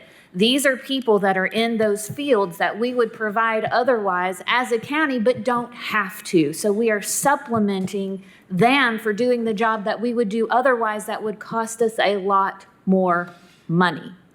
That is all this is. Thank you. Thank you. Commissioner Frazier? Thank you, Madam Chair, and Commissioner Durrett just said I'm going to what- withdraw the motion. I'm just saying, I'm going to withdraw my substitute motion. You are going to Yeah, withdraw? yeah. Okay. So we don't need to I keep was going debating to come it. back to you, Yeah. let everybody else speak Right, I first. so- understand, Madam okay. Chair, but I'm just going to withdraw it. Okay, all right. So Commissioner Frazier, do you have anything to say?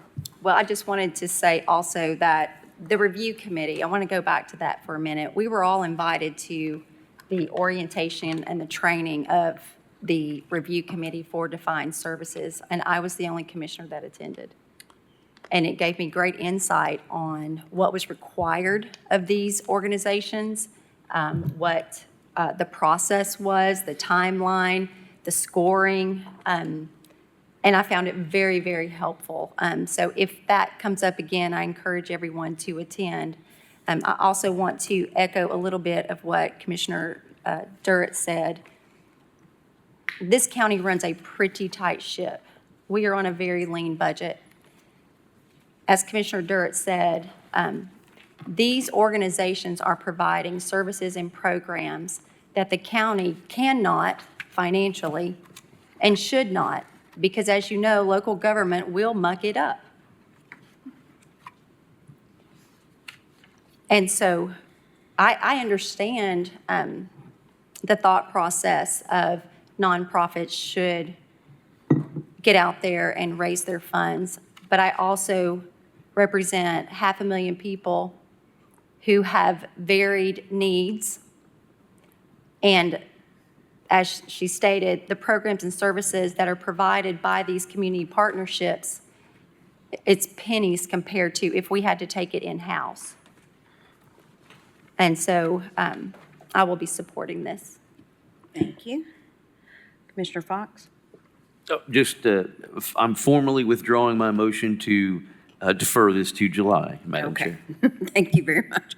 So we have the motion on the floor by Commissioner Durrett and a second by Commissioner Hill to accept. All in favor? Aye. All opposed? No. And I abstain from this vote. Okay, we have two passes, Lee and Fox, and we have a no on Russell. Is that correct? All right. And the motion passes, correct? Motion passes. Next item, please.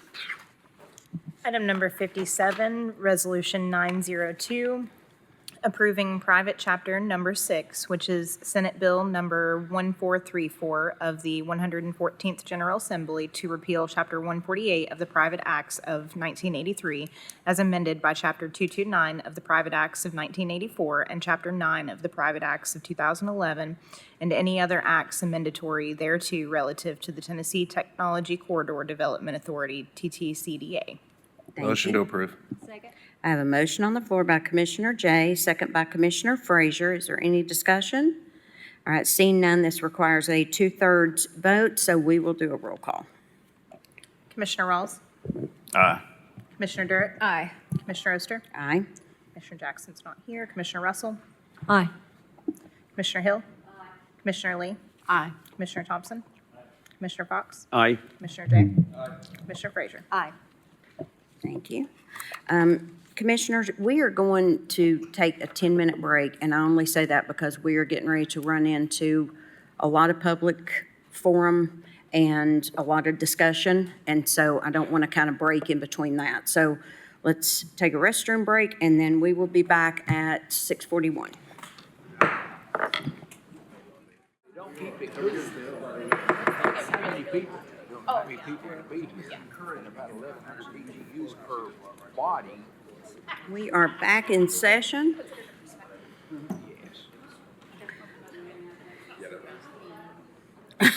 Madam Clerk, if you will read the next item, please. Item number 61 is an emergency ordinance to repeal Chapter 18, Article 4, Division 2, Sections 18-141 through 18-143 of the Knox County Code relative to the Juvenile Detention Center and adopting new Sections 18-141 and 18-142 to place the operation and control of the Juvenile Detention Center under the Sheriff of Knox County and to create a Board of Directors. This amends ordinance number O-91-8-107 adopted August 29th, 1991. Thank you. Do I have a motion? Second.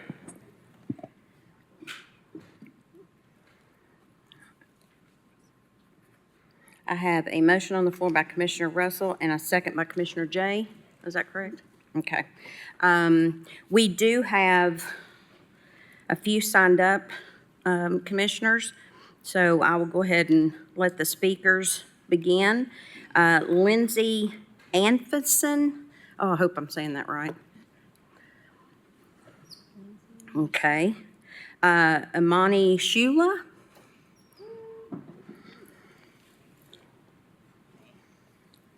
And if you'll give your name and county of residence for the record, you've got up to Me 5 again. minutes. Imani, Knox County. Today I'm here as a community member, someone who loves our youth and deeply believe in the power of transformation. I'm here to speak against the proposal for the Knox County Sheriff Department to take over the children's facility. And I say this with no hesitation because putting our children in their control is not only the wrong decision, but it's a very dangerous one. We are talking about children. Many of them who are already carrying the weight of systems that have already failed them before they ever step foot in that building. We already have jails, sheriffs, police, prisons, and yet we still have 30 of our youth sitting there that ended up in that position. Is our community better? Do our neighborhoods feel safer? Are our families more whole? Has throwing millions into the carceral infrastructure made our children healthier, wiser, and more supported? Ask your constituents, do they actually feel safer? Punishment is never a pathway to wellness and wholeness. You have people in this very county, community leaders, organizers, therapists, formerly incarcerated people who have lived through the worst of these systems and are now doing the work every day to make this better. They are offering solutions rooted in healing, accountability, and dignity. They don't get paid if more children are locked up. They show up because they care and they know what works because they have lived it. Wisdom comes directly from those who are impacted, and they have the blueprint for healing. This is not about management, this is about values. And do we value punishment more than we value our children's potential? If we allow the sheriff to take over, we are saying loud and clear, we would rather fund cages and care. We would rather expand a system that shows up after harm is done instead of investing what could have prevented it in the first place. You are the decision makers at this point, and we don't have to keep walking the same broken path. We can say that Knoxville has had enough of following that broken path, and we can try something new, because we already have these systems in place that are still failing. We don't want to put our children in the hands of a system that has a history of being brutal, and certainly when the community is calling for something different. And I've said this before, I'm gonna say it on the record. The sheriff has openly stated that he has vacant positions. That was in 2023. He was operating at a 50% staff with a major overdose problem, endangering people inside. And we know that there have been several in-custody deaths. If the sheriff's office cannot safely manage the adult facilities already under its care, it's unthinkable to entrust it with the care of children. Adding vulnerable youth to a system already in crisis is not only irresponsible, it's dangerous and negligent. We have some alternatives. I'm not gonna go all the way into all of them, but we do believe in the oversight committee and being community-led. We really wanna see the accountability part built out. This is where we have lost, we get people doing reports and making complaints, but there's actually no accountability. Transforming the actual facility design. Yes, that will take funding, but there are therapeutic models that work. Trauma-informed restorative models. These models can work. We have people in our very state that are doing restorative circles when people have died.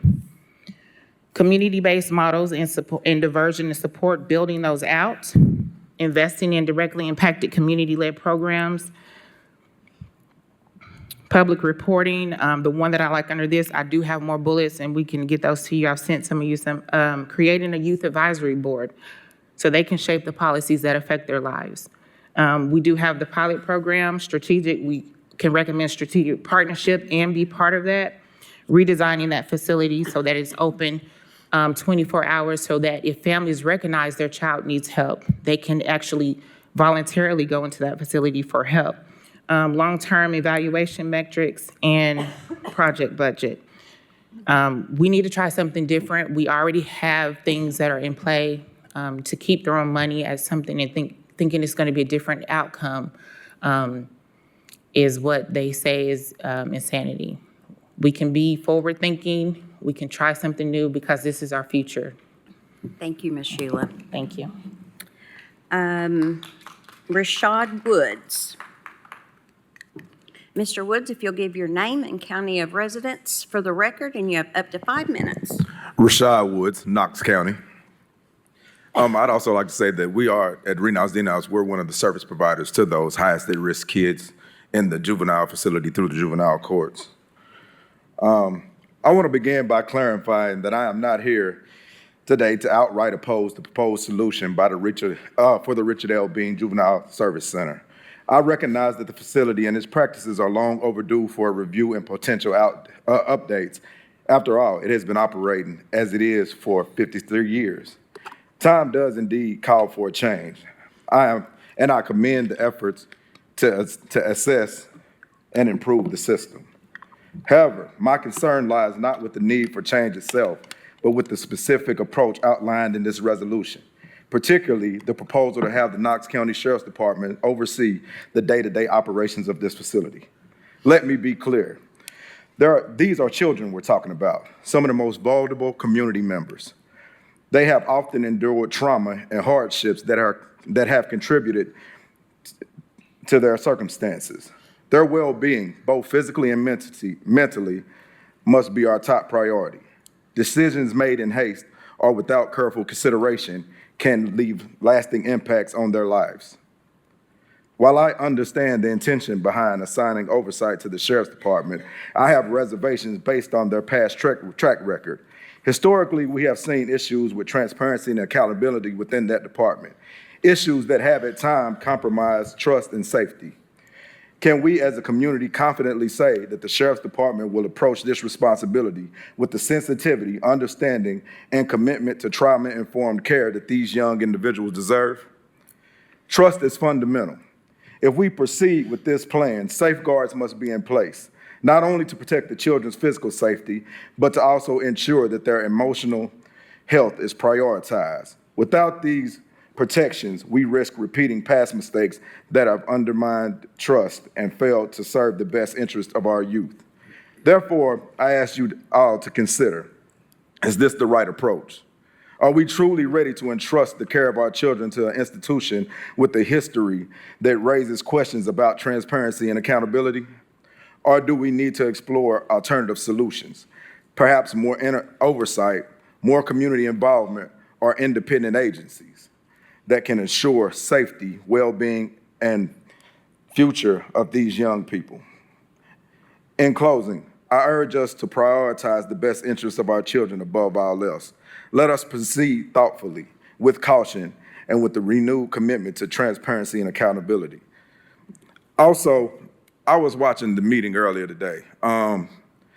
It was said that the majority of individuals, the children that are housed at that facility, have robbery charges and murder charges. To be clear, every child that commits a crime, out past curfew, anything, they are taken to that facility.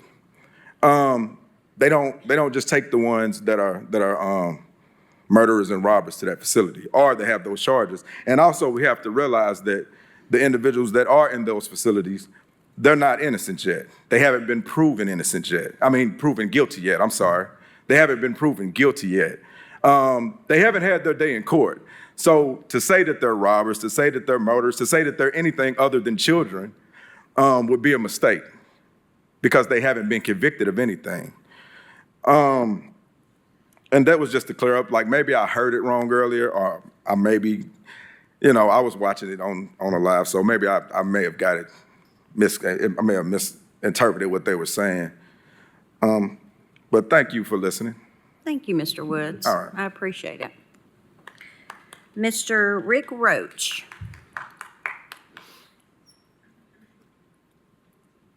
Okay. Bob Cronick.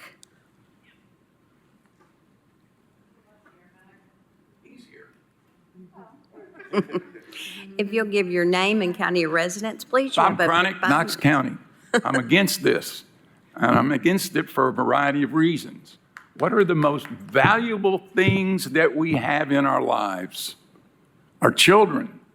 And we're not taking care of them. It's a community need. I heard the voice of, well, we shouldn't take care of the agencies that are not doing this or whatever. The Bean Center I had dealings with in the 70s.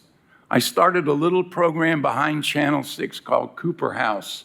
We took adjudicated delinquents that had an average of 9 petitions apiece, not choir boys. At the end of our reign, we had an 80% success rate. Not bad, okay?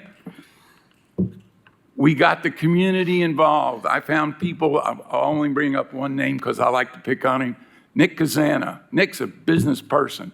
He was the chairman of our board for 10 years, and his wife complains to me that they spent their first anniversary at Cooper House. So what I would like to suggest, and I have the greatest respect for both Mr. and Mrs. Vandevate, I know what they put into this. This is a bad idea. This is a very bad idea. To open up a system, I want to talk about a system for a moment. You know you have a system when one part changes, all the other parts change. We call it a criminal justice system. That's hoo-ha. It's not. When Mr. Roush was chief of police, he was in the audience when I spoke one day, and the next day I had policemen coming to Pine Gap School for dinner because they got, from what I told them, when you get a father, a mother, a sibling, that system changes. And we've got to get to the point to where we're dealing with that. We've got a national scene that's going to trickle down here that if we don't move forward for our kids, they're going to come after your kids. What we've got here is what the physicians call, physicians have great words, iatrogenics. Y'all know what that means? The operation was a success, but the patient died. We made matters worse. If you were to look at the data that the Bean Center would provide, I will guarantee you that these kids came out worse. When I read about kids being in timeout for 18 hours, when I worked at Lakeshore Mental Health Institute, 15 minutes on timeout. Timeout is short for timeout from reinforcement. They were doing it as punishments. Punishments deter behaviors, reinforcements increase them. So we need some theory. So I'm hoping that maybe you'll find a way to open up the people that are going to work on this, and we'll go forward, because this is the most valuable thing we have. Thank you. Thank you very much. Aaron Brickness, tell me I'm saying it wrong. If you'll give your name and county residence, please. Good evening. My name is Erin Bickness. I live in Knox County. I am speaking from the perspective of a foster mom. This subject is not far away from me. It's not theoretical. I've had 10 different kids in my house this year, 9 of them adolescent boys. And I've seen property destruction. I've seen violence, major mental health breakdowns, including a pretty violent assault against me. That child was in a situation where he almost was sent to the juvenile detention center. And because of a few details, that didn't work out. And I'm here to say, I'm so glad that's not where he went, because we have the data. This isn't just an opinion. Best practices working with youth show, data and research show, sending kids to a mini jail does not make them more prepared to live in our society as functional members who know how to interact with each other. It makes them more likely to know how to exist in a jail. Changing this situation we have that's already bad. The week that that assault happened in my home, I'd been reading the reports about what we were finding about our juvenile detention center. I was horrified, and so that was happening at the exact same time that I was about to have interactions with that system. And now to find out that our big solution to make things better is to get the sheriff's office to take over with a model that we know barely works for adults, truly doesn't, and then to just impose that upon children and say, let's treat them like they need to be detained, punished. None of those things are what works. So I'm really glad that we have organizations in our community that have solutions that work with affected community members and look closely at the research, look closely at models that work in other places, such as Community Defense of East Tennessee. They have come out with a detailed plan that would give lots of guidance about where we could go and what sorts of things would be helpful in these situations. I think everyone else has said what needs to be said, but I just wanted to make sure that, these kids are at the center of it. And yes, these kids who have had awful things happen to them can be in situations where they are now causing harm, but that doesn't mean we need to see them as criminals to be locked up. It means we need to look at those underlying issues: trauma, education, care. I see these kids that grew up with such a lack of care their brains work differently than the kids who have everything they needed provided for them. And so those are the things we need to be looking at. How do we provide care? How do we make sure that their mental health is supported and that they can be ready to participate in ways that are functional for the rest of us? Thank you. Thank you very much. And I do want to call two names that I did call earlier and they didn't respond. I just want to give a chance if they came back in. Lindsay Anfinson. Okay, and Rick Roach. Okay, all right. Just wondered if they stepped out to the restroom. I just wanted to give them a chance. All right, Commission, if you would, I will open it up for discussion.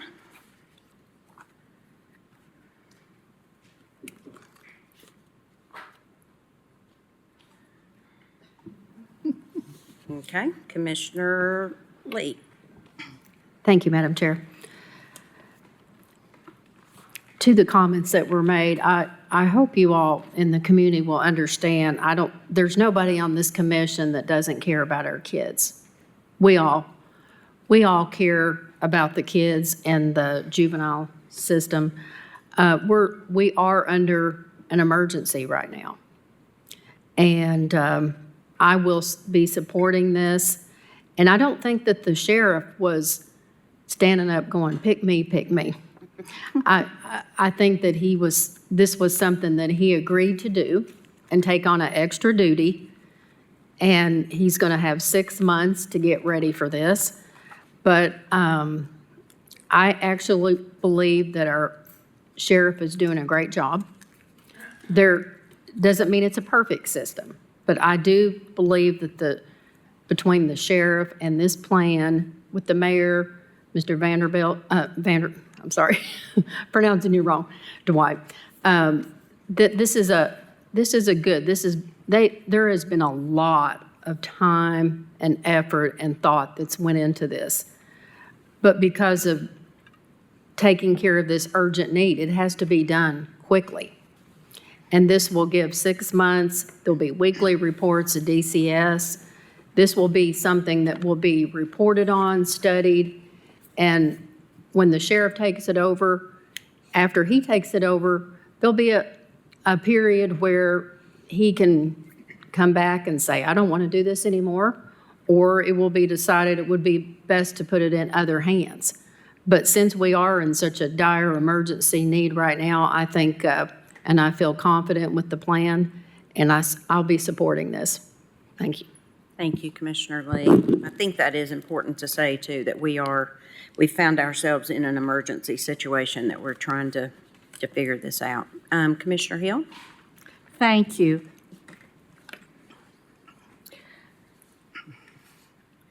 I do support this emergency ordinance, and for some of the reasons that have already been stated, in that we need intervention and we need it immediately. And all of you out there know, especially those of you that are working with young people. And Dr. Cronick, I need to tell you, you were a blast from the past. When I was in graduate school at UT, you were quite the icon to model with at Pond Gap and the programming that you'd begun there. So I know that you speak with a great deal of authority. I'm not addressing whether the Sheriff's Department is the right move or not, taking it over, although I will say I'm very appreciative that they are willing to line themselves up and step in. If you'll recall, this is an 18-month, 18-month situation, and at the end of that time period, I hope everything works out great with our Knox County Sheriff's Department. I also hope that maybe other alternatives will also be presented in that time frame. Those of you that are speaking about better, greater ideas, please let's hear them while we're waiting.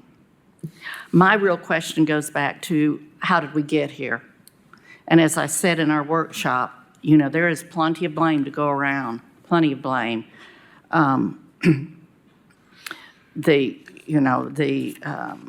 perhaps the leadership was not as conscientious as it should have been. Perhaps the board was not as conscientious as they should have been.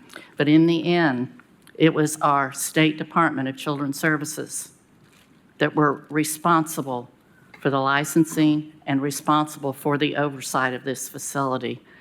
I really, really have a problem with the fact that they weren't willing to come and address us. I think that's demonstrates very poor transparency and accountability at the state level. And I will tell you, I know personally and I know professionally, there are no harder working people than the men and women at the Department of Children's Services. They are probably the most under-recognized, overworked, underpaid population that we have in our state. These employees are killing themselves and out there on the front lines every single day. And I think this reflects very poorly on the rank and file, the fact that something like this has occurred, and basically with the final authority, the accountability has been virtually silent. I know that in 2023 was when one of the first things that really made it public that I was aware of, an issue in our detention facility. I know then that DCS, who is responsible for the licensing and renewal of licensing, came in at that point. I know then that the Commissioner of Children's Services, this is in 2024, the following year, made the statement to our lawmakers that the Bean Center has been in a non-approved status for quite some time. When I checked on it, at that point, it was 2 years. DCS Commissioner Margie Quinn told lawmakers in a hearing this month, which this month was March of '24, so we've lost another year. We're in the facility on a quarterly basis and continuing to work with them. So here we are 15 months later, and the situation clearly has not improved. I also know at that time, and I would love for somebody at DCS to address this, that there was an attempt made also in 2024 to have the licensing and the approval for these centers actually handed off to an independent entity.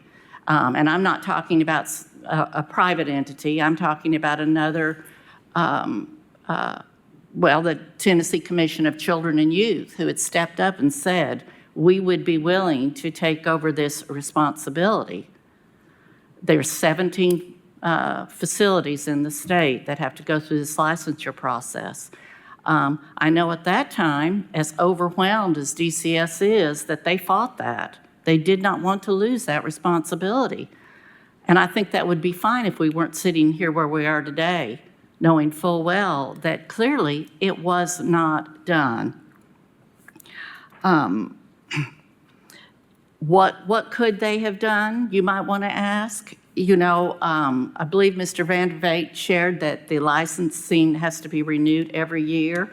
I did read where by statute they cannot suspend or revoke a license, but they do have the ability to non-approve a new license, which could have happened every single year. They also had the ability to slow down admissions, which did not occur. They also, as I said, had the ability to not approve a new license. So why in the world this whole situation was allowed to go on? In spite of mistakes made and things perhaps not done right below them, the buck had to stop somewhere. And our state agency let us down on this. So again, I'm hoping that our commissioner will hold true to what she said now 15 months ago and continue to work with us to make it better. Thank you. Thank you, Commissioner Hill. Commissioner Fox? Thank you, Madam Chair.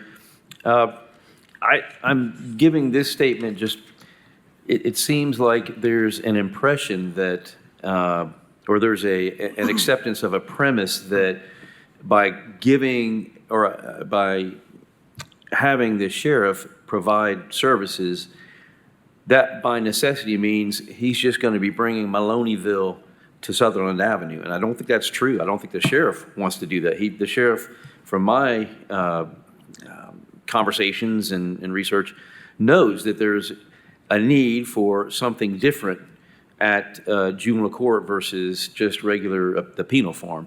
So I just want to, for those in the audience who say, well, we can't be subjecting children to, the methods of the penal form, that no one wants to do that. And the sheriff doesn't want to do that. So I'm just trying to placate what I hear are alarms raised that I don't think have any basis. So I am, of course, supporting both this resolution and the companion ordinance, and I look forward to the sheriff beginning to assist Knox County in this way. Thank you. Commissioner Thompson? Thank you, Madam Chair. While I was not at the discussion today, I did watch it. Thank you to Knox Community Media for broadcasting it live on YouTube. I was able to watch it, and with the conversations I've had with Director Van de Beek, I have a lot of confidence in this process. To echo the concerns of Commissioner Lee and Commissioner Hill, we do find ourselves in an emergency situation. This is uncharted water for us. But as I look at or reflect on the different departments within Knox County, we pride ourselves on excellence.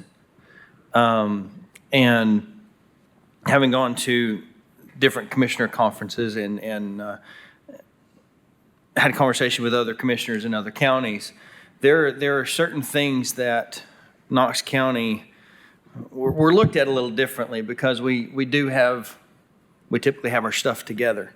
We're on top of it.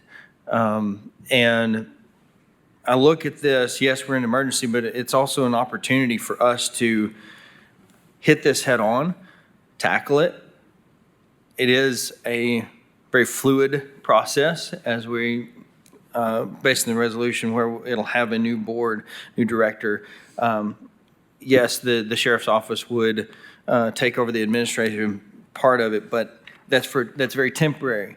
And so there's lots of opportunity for us to tweak it, mold it, make it what it needs to be, incorporate community partners, and have lots of conversation, because as Director Van de Beek has said earlier today, this is, we're all learning this very quickly, and none of us are experts in it. And so with a collective body, tackling with the end goal in mind is to take youth who have found themselves in a not good situation. If we can intervene and change the trajectory of their lives, then they don't end up in the adult side of the Knox County Sheriff's Office. And I think that's everyone's end goal here, from public forum to the folks here to the mayor's office, the sheriff's office. I don't see anybody here looking to do harm to our youth. We're all looking to do it right, but within the tradition or the current state of our county offices and departments, we pride ourselves on having our stuff together and doing it right. And so I will be supporting this, and I greatly appreciate the effort of the mayor's office in collaboration with the Knox County Sheriff's Office and the willingness of Sheriff Spangler to, take 6 months to get up and ready for whatever we ask them to do to handle our youth, not as adults, but as youth, and proceed accordingly. So, thank you. Thank you. Commissioner Durrett? Thank you, Madam Chair. Mr. Vandevate, you didn't think you were getting away at this meeting, I hope, without coming up to address a couple of things.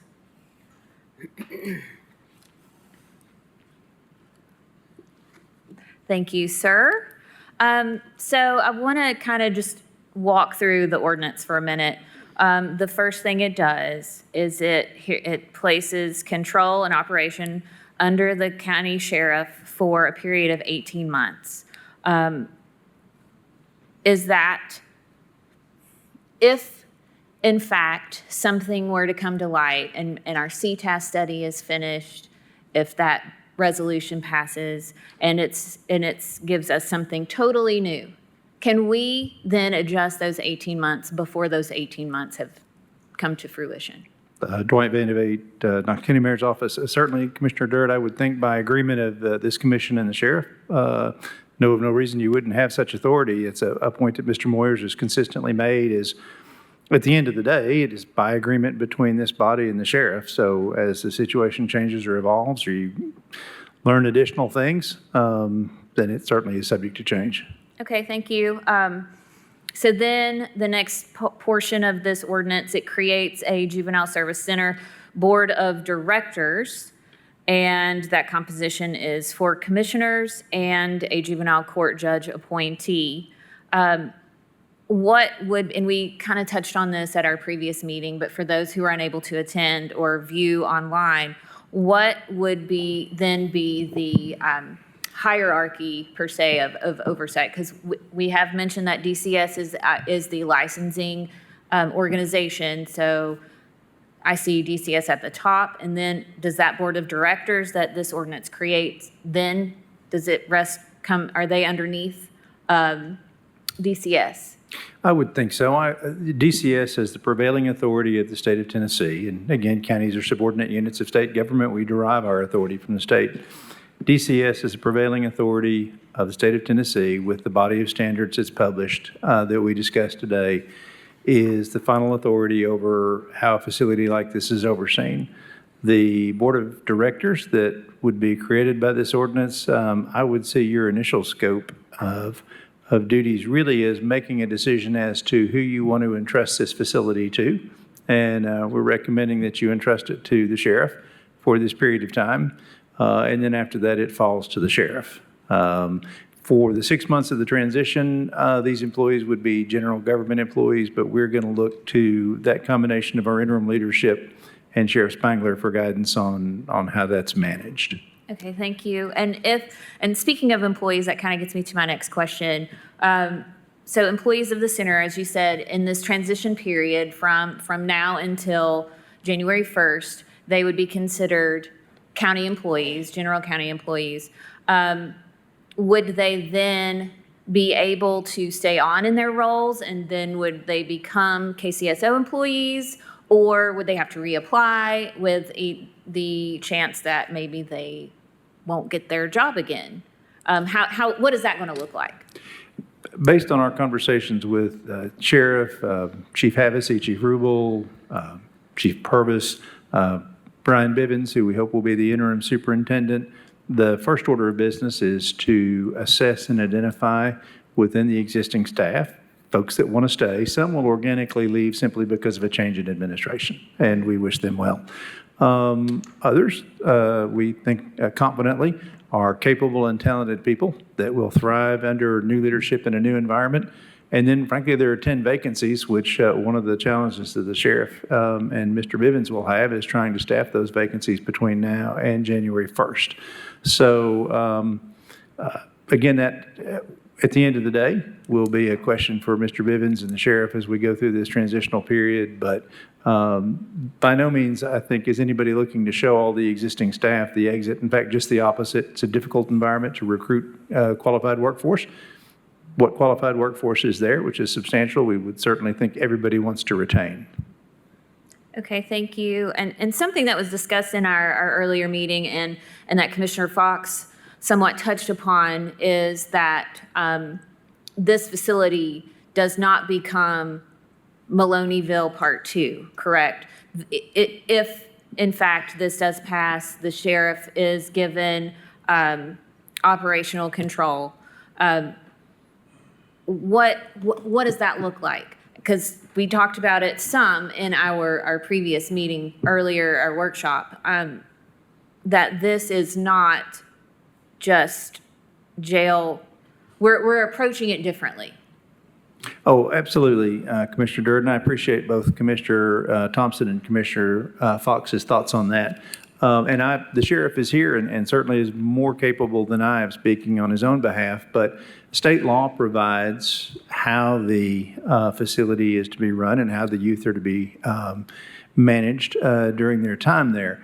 So we view this, one of the things we're grateful for is we know that Tom Spangler is a skilled and capable administrator. And above all else, that's the confidence that we have. As he comes in, the state gives him guidance and standards. We know he has the talent, skill, and ability and experience and expertise to take those standards and put them into practice. So guidance comes from the state, but administration comes from the sheriff. I hope that answers the question. Yeah, and I believe there's somebody behind you that. But it's not Tom Spangler. Right. I want to see the sheriff. My name is Mike Rubel. I'm Chief Counsel with the Knox County Sheriff's Office. To answer your question, DCS has an entirely separate set of rules that juvenile facilities have to be run by. So to address both what you said and what you're indicating, my transition team is already working on making sure we have policies and procedures in place that comply with those rules. That is everything.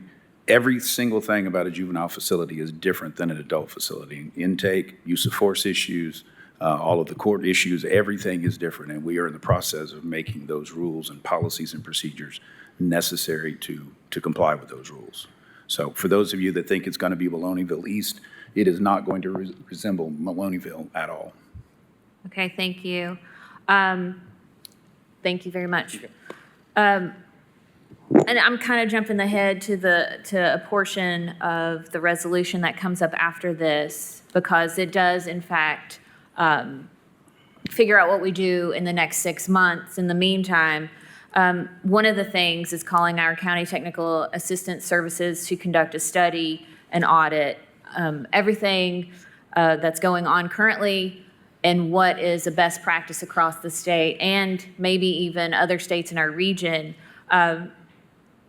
While that is being conducted, which we have asked that be completed by the end of the year, Amani, Rashad, Dr. Cronick, I would love to sit down with you all to hear about trauma-informed care models that are working and where they're working and how they are affecting the juveniles in those centers. And you know, we, again, as was stated earlier, this is temporary. This is so we can figure out what is best. And while that study is happening, I want to, and I'm sure many other commissioners would love to talk to you about what we can do that's different and be that change agent and that leader. And so I guess that's all the questions that I have right now. Thank you. Thank you. Commissioner Rawls? Thank you, Madam Chair. I don't have a question for you, Mr. Van Vate. This is more of a statement to 261 and the ordinance. I think we are in a state of emergency. I mean, we have been in a state of emergency for a number of years with the center. I mean, DCS has proved it, but they should have done what they needed to do years ago. And the reporting that happened, et cetera. I'm not a type of blame person, but I will say this. I think we need to take a step back for a second. I think the emergency ordinance is is necessary, but I don't know if it's fully cooked. I'm not 100% fully in my heart after many conversations with a lot of people, even on the state level. I'm not 100% that it's where it needs to be. I 100% love the resolution. I think the board needs to be dissolved. I think a new board needs to be established. I think new oversight needs to be established there. And I spoke about some of those things earlier today. I think an outside organization coming in and doing an audit to know where this building and that organization truly stands needs to happen. And I think some experts in the area of serving young people need to come in to assist as Bean moves into its next life. I 100% support 58, but 61, I'm not 100% on the ordinance, just to be frank, and it's tough to make that decision, but that's where I land right now. Thank you. Mr. Moyers, let me ask you, if the ordinance didn't pass, then would the resolution come into play? The ordinance, yeah, it would not, because the resolution gives to the mayor, first and foremost, the authority to hire a new director for the next 6 months. Under the current law, the commission does not have the authority to do that. The first step that has to be taken in order to get control over the facility is to repeal these ordinances that carried forward the private acts that created this governing system back in 1977, I think. So that's key. If you don't do that, then the board remains under the authority of the 3 people that are running it now, and there's nothing the commission can do about it. So that's just where we are. If you want the resolution to have any teeth or to go into, I would say if you don't pass the ordinance, then I wouldn't even bother voting on the resolution because it can't go into effect. Now, you could amend the ordinance if you wish, but that would take it out of the realm of being an emergency ordinance, and you'd have to have 2 readings on it. We structured it as an emergency ordinance because, as several commissioners have said, this is an emergency. But anyway, that would be my answer to your question. I don't think the resolution can work without first repealing the ordinances that have carried forward this governing structure for the juvenile justice system. Okay. I just wanted to make sure everybody understood that that's kind of where that is. I do just publicly want to thank Mr. Van de Veit, who has worked tirelessly the last almost month on this. He has really kind of been thrown into it, like we all kind of found ourselves thrown into it, and I appreciate the mayor being readily available to all of us. I can say to everybody sitting out there, when I walked into Sheriff Spangler's office on a Monday morning, I didn't get the biggest smile and excitement on his face because this is a very heavy lift, and we know that. He doesn't have to do that, and so this is where we are. This is a living, breathing document. It can be amended. We can work around things, and I think what we just need everybody to understand is we are in a predicament that we have never found ourselves in Knox County, and we are trying to do the very best with what we have. And I think that we have a good jumping off point. Does that mean that we're starting at A and we're going to end up at D without some movement? No, but I think we've found something that at least is going to get us to the next point to be able to have conversations and talking. So I just wanted to say that and let commission know that. So if we don't have any other questions, we do have a motion on the floor by Commissioner Russell and a second by Commissioner Jay. And this being emergency ordinance, I'm assuming we need to do roll call? Yes. Okay, so, yes, if you'll start with District 1. Commissioner Rawls, No. Commissioner Durrett, Commissioner Oster, Aye. Commissioner Jackson is not here, Commissioner Russell. Commissioner Hill. Commissioner Lee, Aye. Commissioner Thompson, Yes. Commissioner Fox, Aye. Commissioner Jay, Aye. Commissioner Frazier. Aye.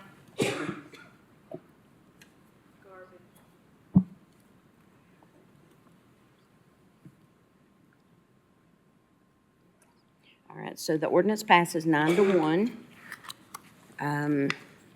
So that passes, and if we can now, we're going to kind of go in reverse order and go to number 58, so we can talk about the resolution.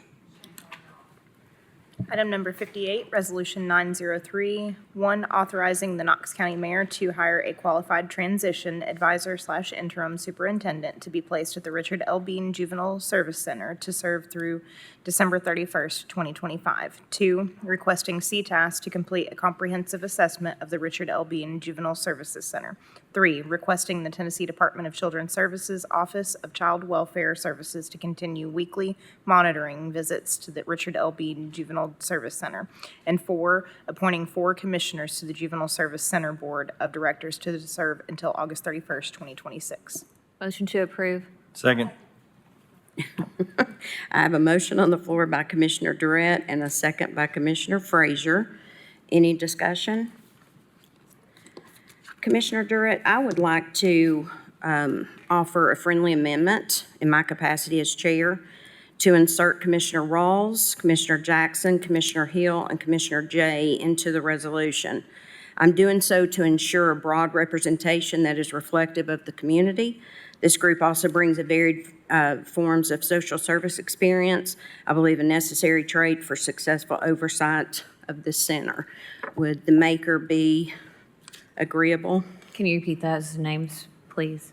I got Commissioner Rawls, Commissioner Jackson. Commissioner Hill and Commissioner Jay. Okay. Yes. Is the second agreeable? Okay. Any discussion? Seeing none, all in favor, oh, I'm sorry, Commissioner Stewart. That is okay. Thank you, Madam Chair. I just wanted to talk through this.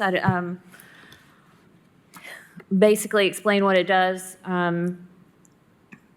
This is a gap filler for basically tomorrow until December 31st, 2025.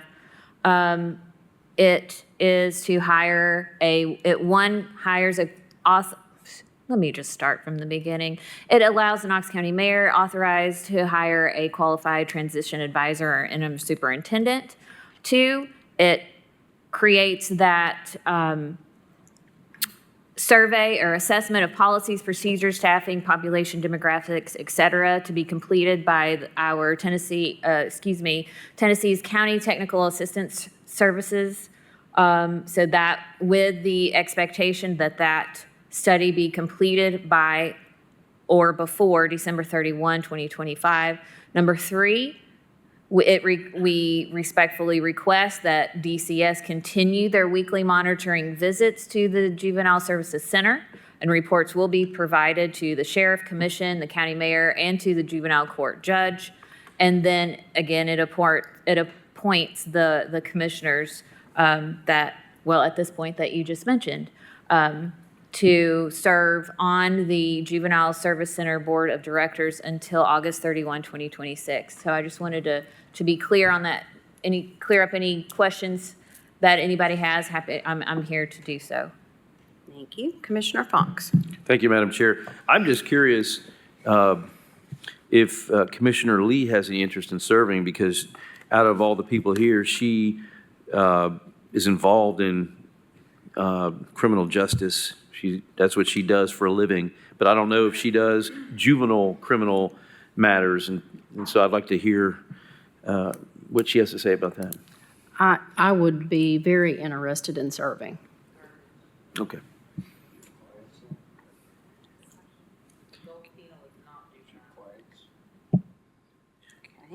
Well, procedurally, where are we? Mr. Warriors, do we have to vote on an amendment before we can then vote on the main motion?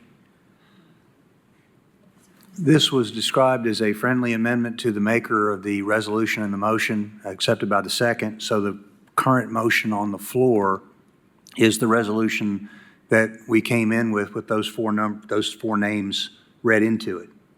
So at this point, that is the main motion. It could be amended, but the main motion on the floor is the motion that we walked in here with those four names that have been mentioned and accepted by the maker of the resolution. Okay, thank you. In that case, I'm going to make a substitute motion that we adopt the resolution as originally supplied, and then we rely upon the commission rules for appointment of commission members to committees in order to determine who would serve on this committee. Second. Point of clarification, Mr. Moyers. And if we were to, Commissioner Fox, are you saying we go through the process of appointments like we do where we do nominations and that sort of thing? Yes. Would we not have to do that first and insert the names before we adopt this? So we would have to do that first.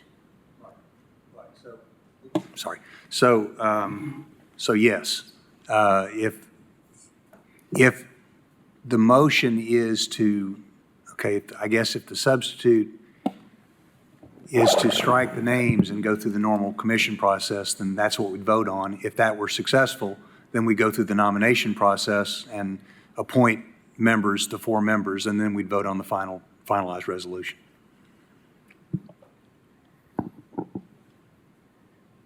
Okay. Commissioner Jay? Thank you, Madam Chair. Just a thought to Commissioner Fox and Commissioner Lee. I hear your statement about having expertise in the juvenile or in the professional justice arena as a lawyer. I would wonder if Commissioner Lee, if you have or have ever had or plan to have clients that would be in the justice facility. You couldn't, I think it would be a difficult conflict of interest if you served on the board of the Justice Center and then in your private capacity represented people in the justice facility. That would, I'm kind of reading the tea leaves that think maybe that's why the chair didn't have you on that list. So it would be a question, and then I think it's a statement. We've said this in every board that we've ever put together. Just because you're on the board, just because you may not be on the board as a voting member does not preclude anybody from this commission from participating, sitting in on, coming to meetings. We do that quite often. I'm not on the rules committee, but I go to there and, sometimes raise my hand. So I think there's not a single person on this board who couldn't. Those will be public meetings, and they will have to be welcome to all people in all cases. So it's sort of a question and a statement at the same time, and I think it's part of the balancing act between being a commissioner and also having a private sector job that may overlap. Well, okay, I would ask Mr. Moyers if he thinks a conflict, but what I would like to say is serving as a criminal defense attorney, I do not think that is a conflict. If anything, I think that gives me a better position to evaluate what's going on at the juvenile detention center. That's no different than saying, well, how can the sheriff run it if he's the law enforcement that arrests these kids? So I don't think it's a conflict, because it would only be a conflict if somebody I'm representing were to come before this board, and I don't see that happening. I think that it is how the center is being run and administered, not an individual, a juvenile that would be incarcerated and standing before the court. But I will defer to the law director. I would concur with Commissioner Lee on this. This board's scope is really the appointment of a superintendent, fact-finding and determining who should run the center ultimately, because the power that's given under these ordinances and resolutions to this committee is to appoint the superintendent of the facility. Whether somebody represents people who live in that, or are incarcerated in that facility, if that's the proper word, or not, I don't see how that would be a conflict under the law. Commissioner Russell. Given that the names were not in the original resolution, and to be honest, I would actually have some interest in this also. Does this have to be determined this evening, or can it not be voted on separately? Yeah. So they have to be appointed This evening. this evening? Yeah. Okay. Well, again, then I will be voting. We'll get back to it. Yeah, I will be voting that we open up nominations. We'll get, Commissioner Fox. Thank you, Madam Chair. Well, I would like to hear from Mr. Moyers on the urgency of this, because unlike the ordinance, I don't think this has to be done this evening. This is, for one thing, it's my understanding that Mr. Bean is going to be continuing to serve in an operational capacity until August 1st. And his assistant is going to be continuing to serve in an operational capacity until August 1st. But I'd like to hear what Mr. Moyers has to say about it.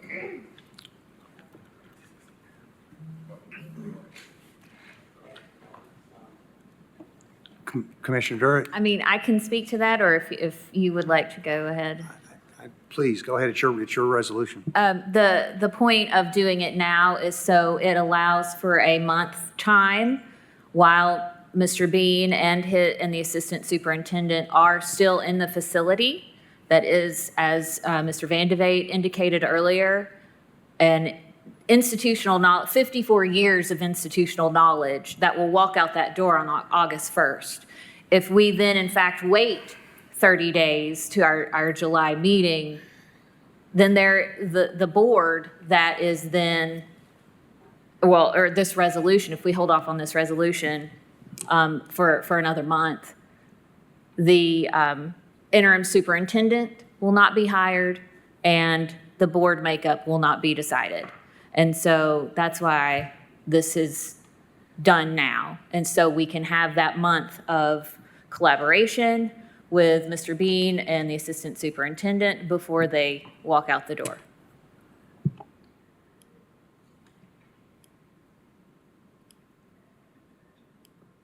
And also so there is an immediate board for oversight.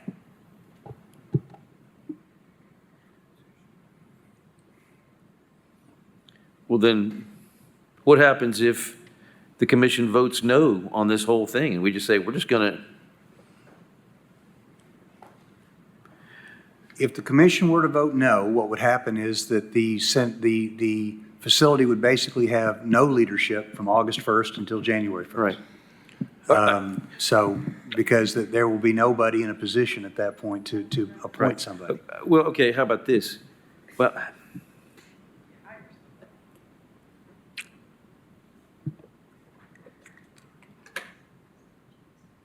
I'd like to hear why, I mean, now I see, I'd like to hear why only 4 commissioners were suggested to be a part of this board then.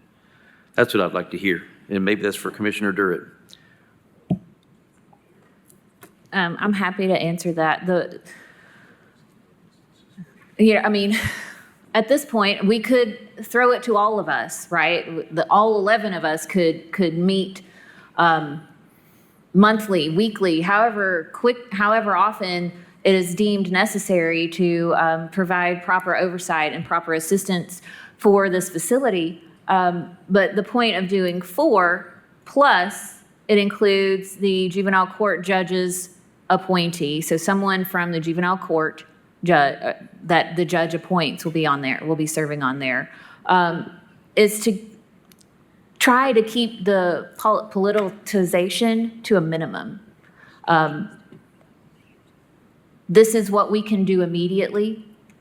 And while CTAS is doing their study, we can get the reports, we can have the oversight, we can know what's going on, something we did not have until now. And that is the whole point of having commission representation. I mean, we could have put all kinds of different people on here. The point of it is so there's immediate oversight by us, a county body, that we know what is happening, and then we can proceed accordingly with how we want to fill in the gaps that CTAS may say are taking place. If I might, Commissioner Fox, the structure that includes 4 commissioners and a representative of the, appointed by the juvenile judge was part of the ordinance that we just passed. So I don't think we can unwind that this evening. You know, I'd let Mr. Vanderbilt speak to to why that was structured that way. But the resolution does not create, the resolution just has the slots. The slots were created by the vote that we just had that approved the ordinance. So. And if we had changed that, it wouldn't be an emergency ordinance. Exactly. Because under the charter, you have to have the entire language of the emergency ordinance at least 48 hours before the meeting where you vote on it. So if you change it, then it takes it out of the realm of being an emergency ordinance. Mr. Van Vate, would you like to add to the confusion? I'll try my best not to, Madam Chair. Just a couple follow-up thoughts, though. Again, to follow up what Commissioner Durrett said, I can't overemphasize that. The current superintendent is the only superintendent this facility has ever had, the only one. The assistant superintendent is responsible for 100% of the back office processes.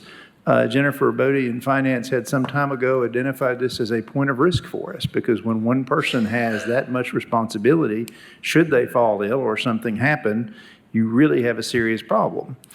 So in this case, having as much time as possible for the interim superintendent that's provided for by this resolution, and the current superintendent and the deputy or assistant superintendent to be together, we think that is really, really consequential. We think it makes a big difference in making as seamless a handoff as possible. Beyond that, the board of directors itself is commission's prerogative. Obviously, it's not for us to speak to. I just make the point that these are only one-year terms. So at some point or another, you'll probably get into discussions where people are wanting not to serve because they've already done it 2 or 3 times. But the initial terms are 14 months just to get the agreement underway. And then after that, when you reorganize every September, it calls for reappointment to this board of directors. So like everything else here, this is a work in progress. These things are not etched in stone. And at some point or another, pretty much I think everybody on the body that would want to serve would have the opportunity to do so. Thank you. Let's see where I am. I think I'm at Commissioner Rawls now. Thank you, Madam Chair. I guess thank you for putting my name on there. It's another job, but I'm looking forward to it. And I'm being serious about that. I'm looking forward to it because I think we can move in a new direction. I would love, and it is my recommendation that this 5 stay 5 on that board, because it gives a good diversity of thought, but also it does not lean heavy on one political party or the other. And we are significantly politicized in the county. And so I would not like to see it lean more on one side or the other. I think 2 and 2, and it is really good. And then somebody from the juvenile court, like you said, works perfectly. So it's my recommendation that we move forward. Thank you. Commissioner Russell? Yes, I wanted to get some clarification here. So what will the 4 or the 5, including the juvenile appointed director, will they be able to make any changes that they do not bring back before this body? No. I wouldn't think, would they? Under the ordinance and the resolution, the only thing they could do without the commission's approval is the hiring of the new superintendent. I believe it's stated. Let me make sure that I'm right about that. Because I was reading here, actually, it says we're authorizing the Knox County mayor, and he has already chosen. Okay, there's to two hire. parts there. Let me just make sure I'm right about this one thing real quick.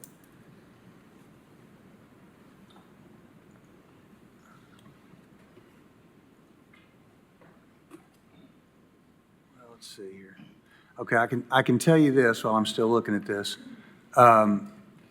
We have 2 time gaps, okay? Our first time gap begins on August 1st, when Mr. Bean leaves his position. If you'll notice from the ordinance, the sheriff is not taking over until January 1st of 2026. So the resolution gives to the mayor the authority to appoint an interim superintendent to take over August 1st and to manage the facility until January 1st of 2026, when the sheriff's department would take over for a period of time that I don't recall, but it's a year and a half, something like that. And then at that point, the committee, I believe, is empowered to appoint a director, whether it's the sheriff or somebody else. And I don't think they have to take that to commission, but I need to take a look at this real quick to make sure I'm right about that. Dwight, do you recall? No, Mr. Moyers, I'm not sure if it comes in the form of a recommendation from the Board of Directors back to full commission, or if it is strictly the prerogative of the Board of Directors. But to your question, Commissioner Russell, basically, again, as Mr. Moyers has outlined, this is in 2 steps. So the interim superintendent that the mayor hires is a one-time bridge to the point that the sheriff takes it over. After that, the sheriff works with the Board of Trustees by agreement. If the arrangement is working, it continues. If it's not, then either party can rethink it and request to exit from the arrangement.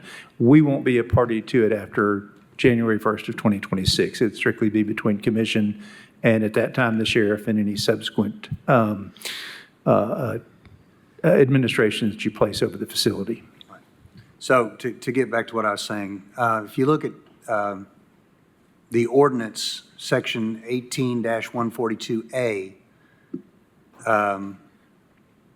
it says there is hereby created a Juvenile Service Center Board of Directors to appoint the administrator of the East Tennessee Regional Juvenile Service Center. Okay, and then you get into the section that talks about the what it's comprised of. Okay, so that gives to this committee the power to appoint a director. But that power probably doesn't kick in until the sheriff's term is over, unless, if you go to the resolution, or maybe it is the ordinance. Hang on a second. You got 2 different documents going on here. The operation and control of the East Tennessee, this is section 18-141. The operation and control of the East Tennessee Regional Juvenile Service Center is hereby placed under the control and operation of the Knox County Sheriff for a period of 18 months and ending June 30th, 2027, or such other date thereafter as may be determined by the Knox County Commission. So you've got 2 things here that may not necessarily be working exactly in compatibly with each other, because one document seems to say that that power exists with the board, but then here it says it goes to the sheriff until June 30th, 2027, or such other date as may be determined by the commission. So the way I would work those 2 together is the sheriff will run it till June 30, 2027. The commission can extend that if it wishes. If it does not, then the board of directors is empowered to determine who the next director would be. Does that make sense? It's very complicated, but that's the structure we've got. Can I summarize what I think I hear you saying? Oh, sure. Tell me if that's I'll be interested to hear it. Okay. So according to the resolution, the mayor is going to be given the authority to hire the interim person. Immediately for the That's six-month number period. one. Yes. Who will be there and when the sheriff takes over in January. Right. He will be in charge for 18 months. Right. And if the commission wants to extend that, Then we can extend it. If we choose not to extend it, then the board appoints would the next administrator. appoint the next person. Yes. So ultimately, they cannot appoint anyone if we choose to continue with the sheriff. That would be correct. Okay, so ultimately, the power still, and the responsibility still lies Yes. with all 11 of us. Yes. Okay, because I am just, I'm really, I wasn't part, but way back when all of this was written, the buck was passed on to the board that was appointed back in, when all the original ordinances were written 20, 30 years ago. So, the buck was passed on to them, and it really should not have been. We should have always been kind of overseeing that, and I think we see that now, that we do need to have involvement. We all need to have our eyes on it. I don't think there can be enough eyes on something this important. The more eyes, the better, watching over and making sure it's done properly. And I just want to make sure that another board, because we've seen how bad boards can screw things up, I just want to make sure another board can't come in and make another bad decision, that it's going to have to come back, be debated, where the public can have input and be involved. Well, remember that this board appoints. I think the power of appointment carries with it also the power of termination, as impliedly. So the reason the structure, I can say this is the way it is to make sure that the board of director, the majority of it, are the elected county commissioners that are overseeing it. And if that board were to hire someone who was unsuitable, I think the fact that they have the right to hire, and I think in any contract that we would draft for a supervisor would put this in there, the board would have the power to terminate as well. Those are things that currently you do not have, or you do now that we've passed the ordinance anyway. You now have some power. So I just want to make sure that as a commission, as a body, that we are stepping up to the plate, that we, honestly, the body should have stepped up to 30 years ago or whenever. And we're taking on both the responsibility and the burden of doing this. Commissioner Lee? Thank you, Madam Chair. I have several comments to make. First of all, this commission decided that every board, every committee was going to be voted on. So now we're going to appoint 4. My question is, where do those 4 names come? And why are we not voting what we voted on to do? Even the commissioners used to be able to appoint a library person. Now they had to be nominated and voted on to take the library. So why are we not voting on each one? And if this is not political, why were 2 Democrats selected to be on this panel? If it's not political and it's not supposed to be Republican or Democrat, but we want to divide it to make sure we have 2 Democrats and 2 Republicans. So I don't understand why we're not adhering to our policy that we passed, that every board committee would be voted on by this body. Would you like me to respond? Yes. So the reason that, and I had actually thought about you, Commissioner Lee, but I did have in my mind that there could be a conflict of interest, because if you had a client that was in the juvenile detention center. So honestly, that's really what the situation was. I really tried to make it where it wasn't a political thing, because I don't know if we're all political, and I don't know if me saying, and this was a friendly amendment, so, we have a substitute motion now by Commissioner Fox to axe that, and then everybody can nominate and do your thing. But as chair, I felt like it was important to have a diverse group of people that sat on this board. And so it didn't look like all the Republicans are in charge or all the Democrats were in charge. It was enough voices coming to this board. This board's important, and I really want to try to get this right. So that is honestly that was really the only thing with you, is just I felt like it could be in conflict of interest. And Mr. Moyers has stated that it's not, and I always defer to him. So that's really what it was. It was trying to be not political, I guess, the best that I could do. It wasn't anything else. It was really trying to have enough voices on there where community felt like that they were heard, that Commissioner Rawls' district felt like that they had a voice. Commissioner Jackson actually was extremely, if you saw his post on the forum, he was very, he had a lot of questions on the structure, and I felt like he was really going to dig in and really have some great opinions and thoughts and bring that.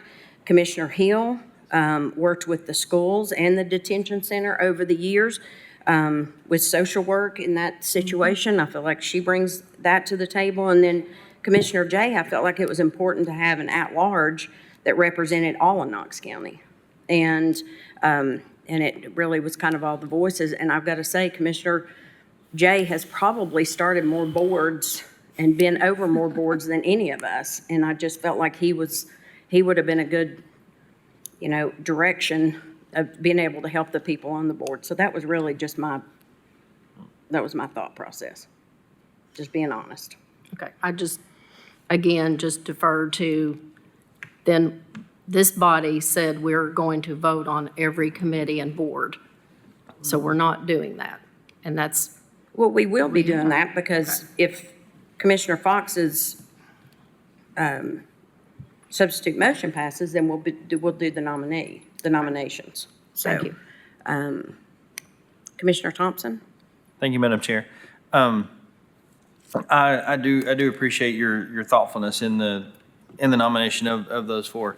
I do agree that, Commissioner Lee does have a wealth of knowledge and experience within the juvenile court system as well. My question is, if we do decide to follow the procedure, because I didn't realize that we were nominating for tonight either. But if whatever four we nominate and get through, if that's the process we choose, will the meeting schedule, because as Commissioner Jay stated, we're all open to attend the meeting. We're not, precluded from it. So will the meeting schedule be published to where if we wanted to attend, I know, sir. Yeah, Okay. they have to be public notice Okay. because you've got more than one commissioner. Okay. And so if we had four and, say Commissioner Jackson was not one of the four, but he wanted to attend because he had a genuine interest in it, he could still attend and have some You input. can still ask questions. Okay. Yeah. All right. And then I was reading through it, how many actual board members will be on the board? It'd be Five total. So altogether. four county commissioners. commissioners and then one from the juvenile. Okay. And thank you. that's up to Judge Irwin to appoint somebody from that. Okay, perfect. Thank you. Commissioner Hill? Thank you. When Director Moyers, you were talking about the role of this board,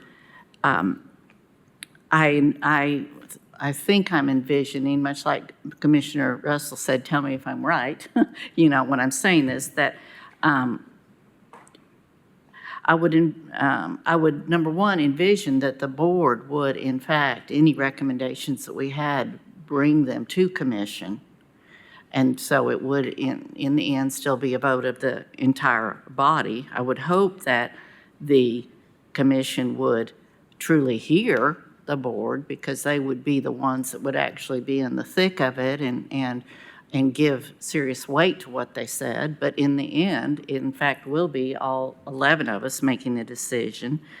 I see this functioning also as this might be a poor example, but a little bit in the role of our school board, who has the ability to hire and fire the superintendent, who is in fact the director, much like this board would have. However, this board would not, in fact, be involved in day-to-day operations. The board is not given that kind of direct day-to-day Correct. oversight. The Correct. board's, the That's board's. what we hire the new person to do. Right. Okay, so just clarifying that, this board is not going to be going in there, watching them every day and telling them what to do, sort of thing.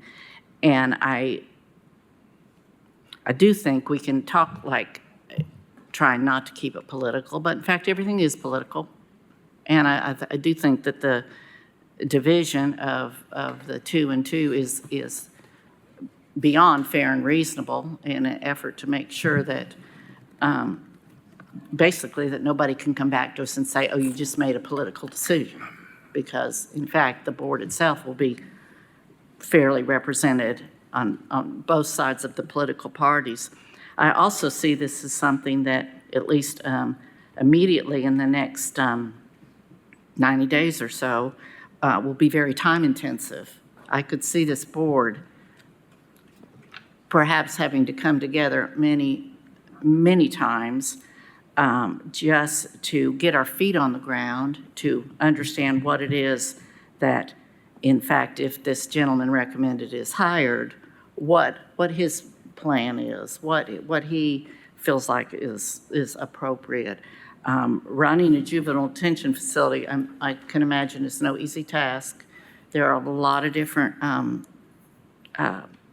models to look at and to understand, and really, I could see how this board would have to be available pretty much to meet whenever the 5 people can agree to come together to meet, would need to be a priority, and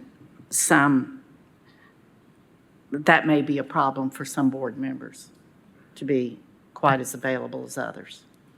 So that was kind of my takeaway from all of this. Back on the role of the board, though, would you agree that was accurate? Yeah, that's accurate. Thank you. Thank you. Commissioner Durrett? Thank you, Madam Chair. And Commissioner Hill, she basically touched upon what I was going to say is, this is another level of oversight that was lacking for the past 54 years. And as you stated, Commissioner Russell, the commission had no reporting of what was happening at all in the Juvenile Services Center. And so because of that, we felt prudent to create some sort of board that has more interaction with the superintendent, with the service center employees, with DCS, able to know what's happening, and then report back to commission, much as our committees do.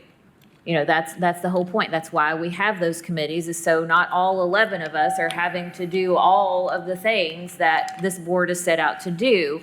We divide and conquer. And that's why this board was created, was to divide and conquer and then report back to commission. And in no way, like, as soon as the board meets, they can, to set their meeting procedures, what they want to do. It could be to report back monthly even. They could vote to have the new superintendent come to commission monthly. And I'm sure they would be open to recommendations from us on how we would like this to be set up, or how that we would like them to proceed. And so it's just, again, it's to divide and conquer. It's adding that extra level of interaction from representatives of this body with the Juvenile Services Center, with the superintendent, and with DCS. Thank you. Commissioner Russell. Yes, thank you. I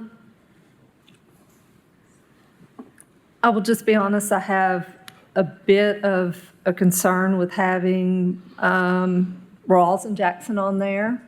Rawls just voted against putting the sheriff in charge. Jackson said he would also vote against that he was opposed to having the sheriff in charge.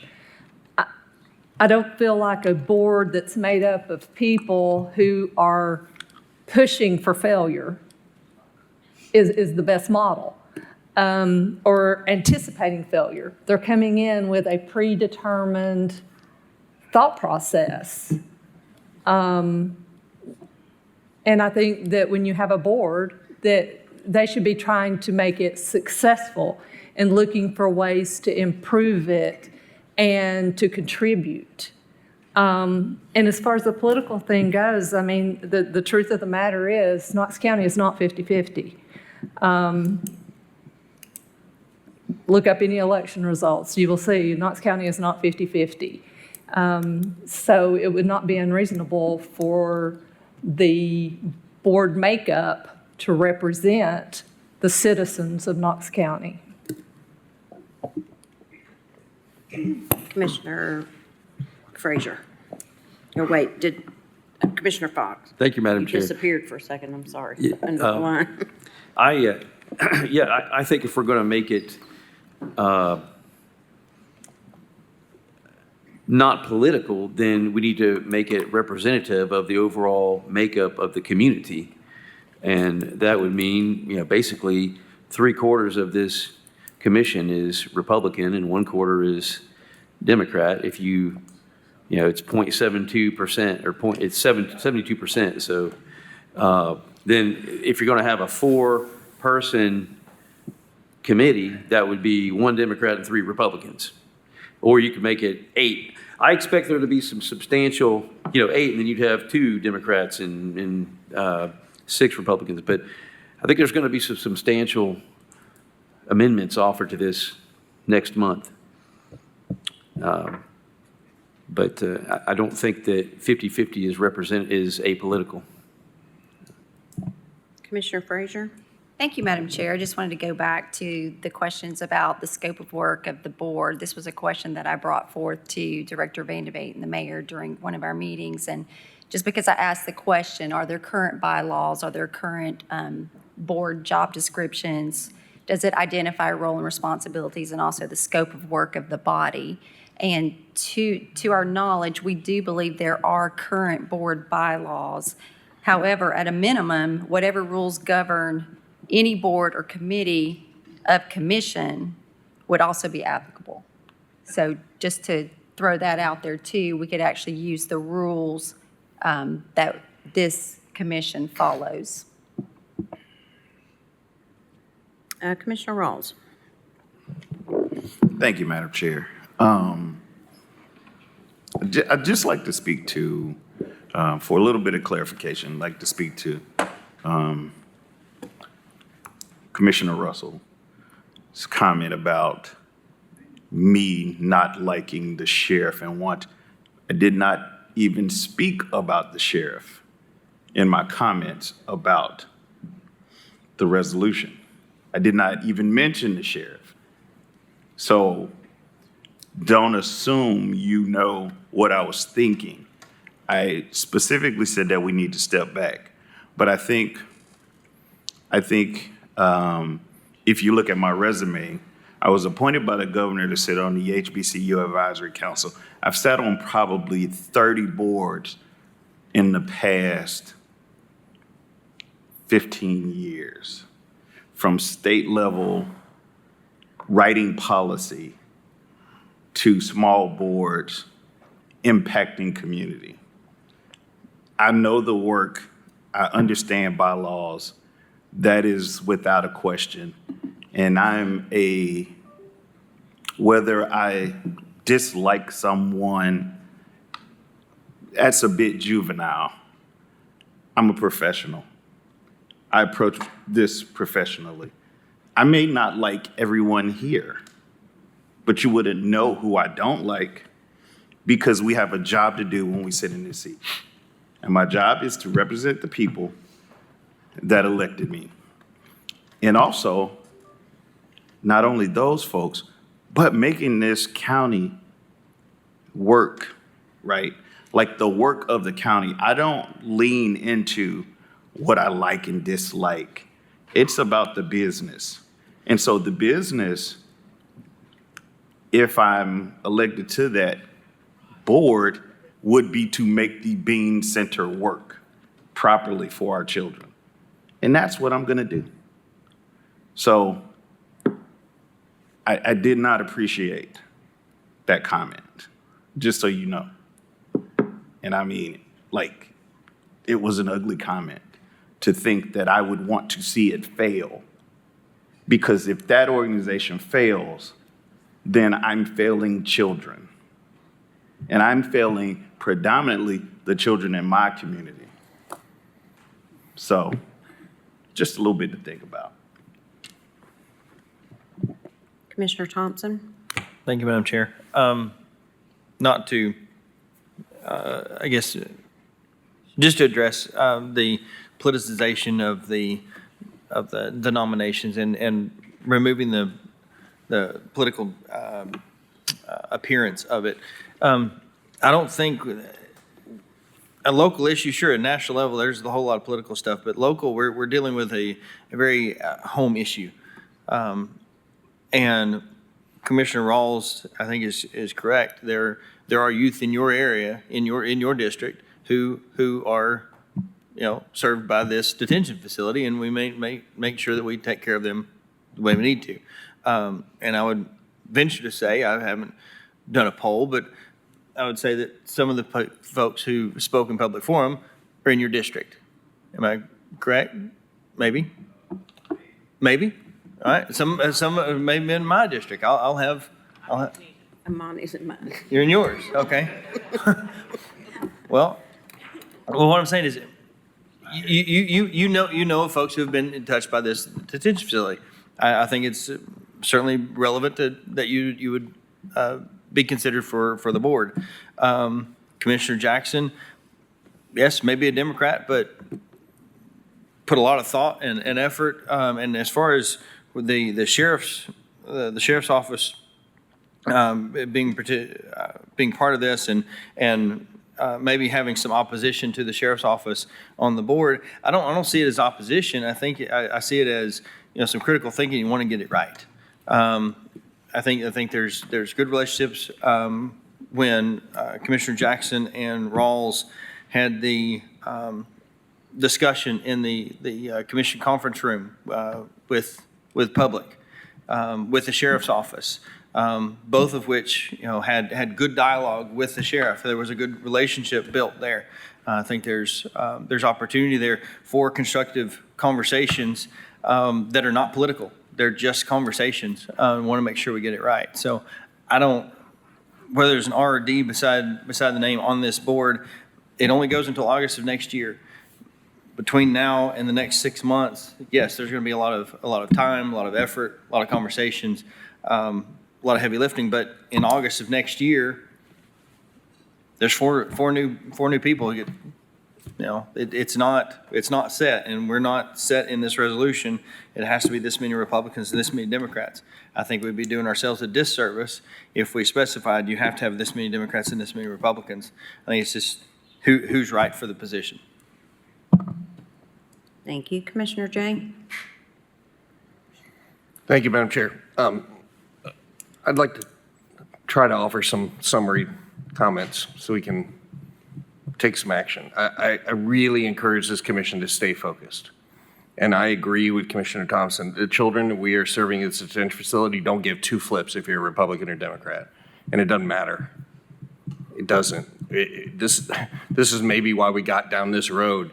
We stopped focusing on the children that we serve, and that should be our only focus. Please look at this resolution and just understand the basics. We are giving the mayor authority to hire an interim person right now, to get involved right now, to overlap with the current administration, to gain as much knowledge in about 40 days as possible, to then run the center. I think that's very appropriate. I think it needs to happen right away. We are asking CTAS to get involved, to work on reviewing the center and give us essentially an audit. They are great at what they do. I think it's very appropriate. Take action. We are requesting that the DCS keep our focus on this center on a weekly basis. Yes, we want that. Take action. And appoint 4 out of 5 of the board members, because 1 is appointed by the juvenile court judge, to get to work and take action. If you want to hold your vote separate of who's going to serve on the board and who's going to, be there for a year, fine. But stop. Do it now. Don't waste any more time. Don't think about automatic amendments to this next month. We cannot be paralyzed by perfection. We are going to have to leave tonight and take action saying this is the best possibility that we had to do the right thing for the right facility for the children that we serve. It's not going to be perfect. We will make a few mistakes. We will work our butts off. This is going to be a huge, heavy lift, and then we'll fine tune it and we'll come back. That's what this first 6 months is for. And we will work with the sheriff, we'll work with the audit, we'll work with the DCS, and we will keep everybody involved. But we are all in this, all 11 of us are in this on our decision, and as much interaction as we want to give. But let's get to a vote and take some action and move forward. And if you want to take out who's sitting on the board separately, fine, but let's get on with it, guys. I mean, seriously, we've been talking about this for an hour and a half. Commissioner Fox, we'll let you round this out. Thank you, Madam Chair. Well, I would like to amend my motion, and I hate to we'll make a little reference to Black Wednesday here, except we're going to do it out in the open like it should have been initially, and that is I make a motion that we adopt this resolution and the names of the commissioners to be put into place are Rawls, Hill, Jay, and Lee. And, if somebody doesn't like that, and then they can make a substitute motion to do them one by one, but that's my amended motion. Thanks. Second.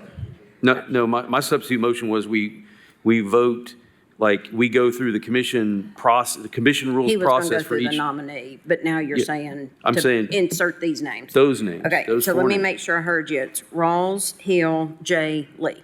Correct. Okay, I want to make sure I heard you right. Okay. And I seconded. you were a second, so you're good with that. All right. That's where we are. Is everybody on board? Okay.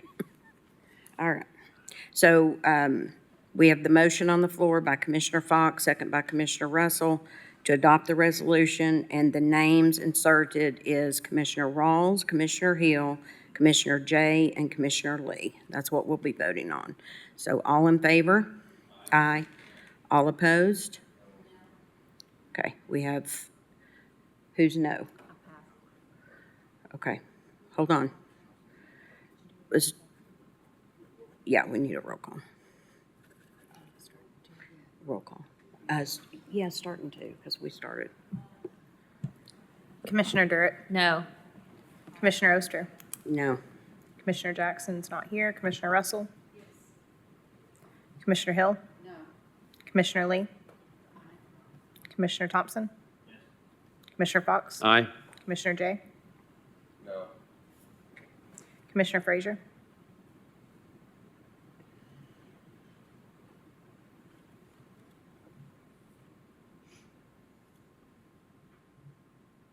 I'm going to pass first round. Commissioner Rawls? No.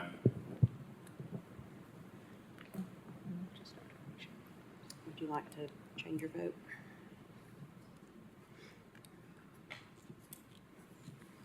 Can I make a comment, Madam Chair? And the reason I pass is because I don't have a strong feeling either way. I think both sets of names would do an excellent job. And so, no, I will stay at a pass.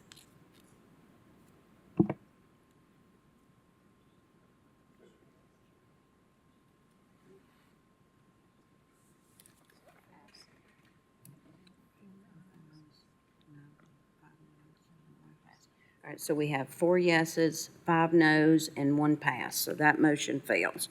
So we're back to the original motion with the friendly amendment, and that would be Rawls, Jackson, Hill, and Jay.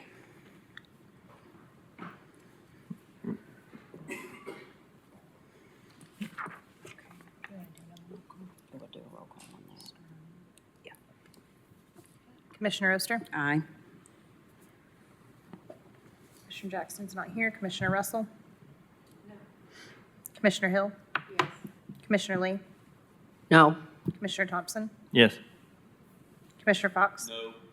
Commissioner Jay? Yes. Commissioner Frazier? Yes. Commissioner Rawls? Yes. Commissioner Durrett? Yes.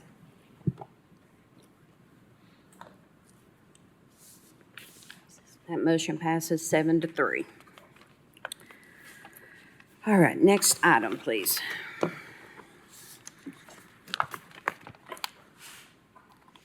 Item number 59, Resolution 904, is to authorize a $12.50 charge by the clerk of every court in Knox County having jurisdiction of state misdemeanors and felonies for the purpose authorized and set out in TCA subsection 40-3-106. All right, do I have a motion on the floor? Second. I have a motion by Hill, second by Frazier. This will require a roll call vote. We've got discussion. Commissioner Fox? Oh, I was just preparing for my roll call. Oh, vote, okay. Madam Chair. Commissioner Rawls, are you the same? Oh, yeah. Okay. Yeah, same. Okay. All Sorry. right, now we're going to be on roll call. Yeah, you can start with Commissioner Russell. Commissioner Russell? Commissioner Hill? Yes. Commissioner Lee? Pass. Commissioner Thompson? Yes. Commissioner Fox? Aye. Commissioner Jay? Yes. Commissioner Frazier? Yes. Commissioner Rawls? Aye. Commissioner Durrett? Aye. Commissioner Oster? Aye. Commissioner Jackson is out. Let's see if she wants to change her vote. Would you like to change your pass? Okay.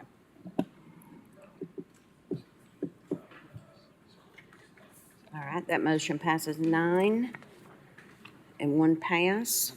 Next item, please. Item number 60 is ordinance O-25-6-101, amending the Knox County Code, Chapter 38, to add a new Article 9 entitled Fluoride Prohibition. Knox County Code, Chapter 38, Article 9, establishing sections 28-301 on Thank first you. reading. Thank you. Do I have a motion? Move to adopt this ordinance. Well, actually, Madam Chair, no, I would like to amend this ordinance. And I thought we were going to, or do we have people signed up We to speak? we have, yeah, we've got to have a motion and a Did we have- second okay. first. Okay, Yeah. all right, very well. Yeah, I would like to amend this, Madam Chair, to read as follows. Section 38-301 fluoride in drinking water. Upon adoption of this ordinance, Knox Chapman Utility District shall, subparagraph A, follow the procedure in TCA section sign 68-221 or hyphen 708C to cease fluoridation of its water supply, period. And then, so all the stuff about, I would delete the word permanently and everything after the word supply would be deleted. Then subparagraph B would state, upon executing the directive by the Knox County Board of Commissioners to cease fluoridation, Knox Chapman shall be considered to have performed under this ordinance. So that's how I want that to read, instead of how it reads. Delete the entire subparagraph B that's in there. Okay. So based upon that, and do you need me to read that again? You will probably need to send that to the clerk. Okay. Yeah. Yeah. And just to explain, what that's doing is that's taking out the permanently, and also saying, once you do this, you can't put it back in. But it's basic, it's almost like a request, respectfully request, I think I saw in one of our earlier initiatives. But it's directing Knox Chapman to follow this procedure, and when they do that, they've done their duty under the ordinance. And because I'm addressing concerns that were raised to me by a representative of Knox Chapman, who after I met with them, they became concerned about a whipsaw that they might, if one county commission says, we'll take fluoride out, and another one says, we'll put it in, how do they comply with all these different directives? And so in order to address that concern, I'm changing the language. And I'll engage in further discussion after, assuming that I get a second, after the second. But that's my motion, is to adopt it as I have just related. Okay, we have a motion on the floor with amended item. Do we have a second? Second. All right. Now, we do have 3 signed up to speak. First, we have Scott Prater. Mr. Prater, if you'll give your name and county of residence, and you've got up to 5 minutes to address commission. Yeah, I'm Scott Prater. I'm a resident of Sevier County. I worked at Knox Chapman there at Knox County for 32 years, so a long time. That's my biggest concern. I'm not here to object to fluoride. I'm not here to have that discussion at all tonight, because that's something I feel like needs to be decided on a state level, like they did in Utah and Florida. That makes it easier for us to uniformly follow it. If y'all do pass the ordinance, we will not fight it. We will abide by the ordinance. I do have concerns. We represent 3 counties, as most utility districts in Knox County do. We go out over, county lines.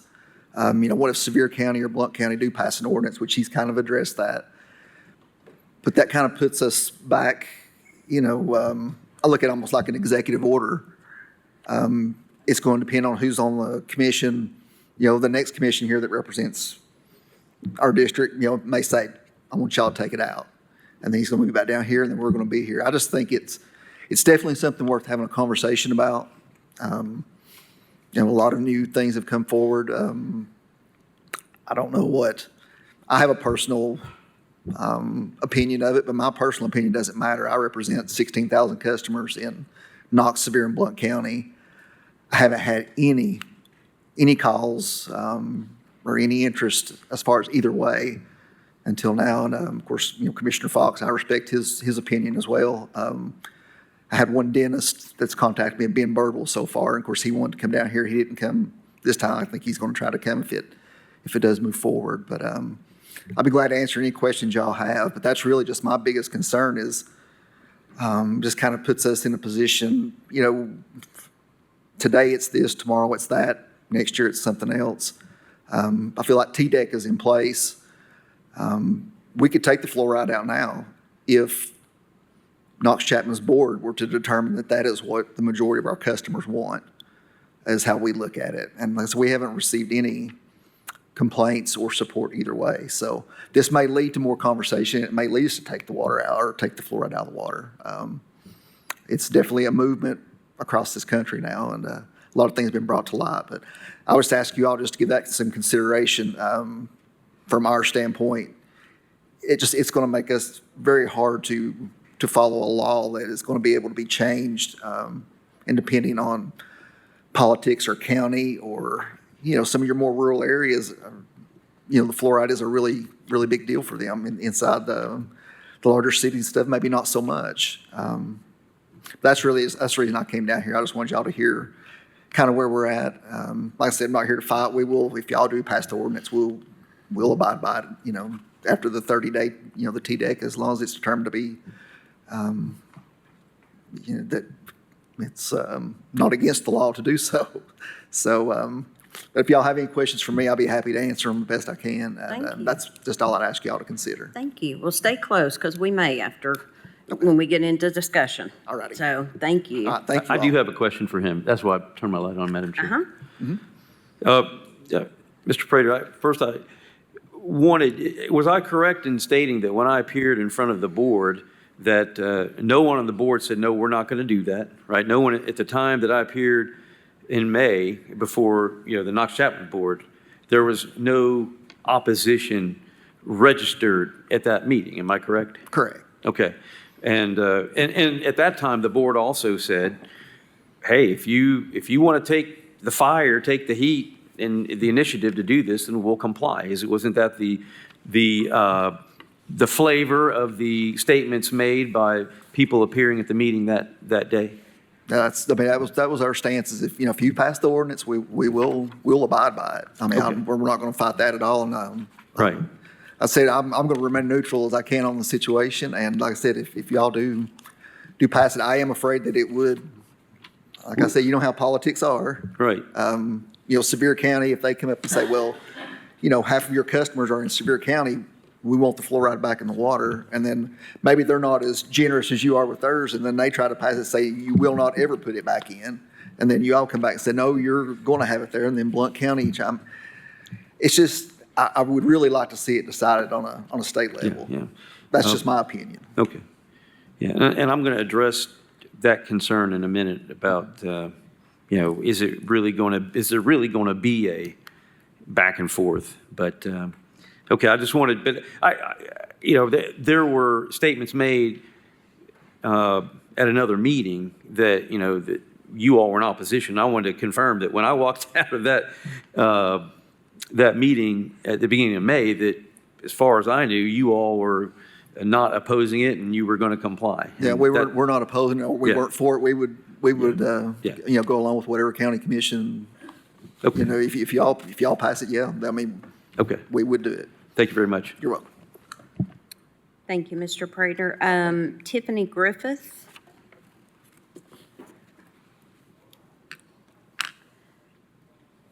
Ms. Griffith, if you'll give your name and county of residence. Yes, ma'am. Tiffany Griffith, Knox County. One thing I want to say before I start, this has been brought up in Knox County in 2011 and also in 2016. And especially in 2016, there was quite a big fight about this with people wanting the fluoride out of their water. The largest dental survey ever conducted in the U.S., which was by the National Institute of Dental Research, found virtually no difference in dental decay in children living in fluoridated versus non-fluoridated areas, and stated the difference amounted to less than 0.5% of the 128 total tooth surfaces in a child's mouth.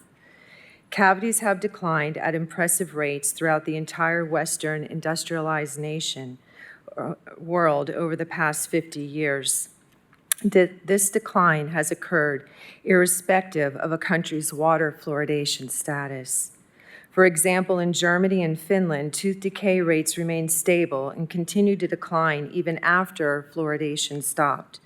According to the Oral Health Foundation, many dental problems can be prevented by educating everyone regardless of their socioeconomic background, finding prevention of dental decay with good fluoride toothpaste, an effective toothbrushing technique, and having a diet low in sugary foods and drinks.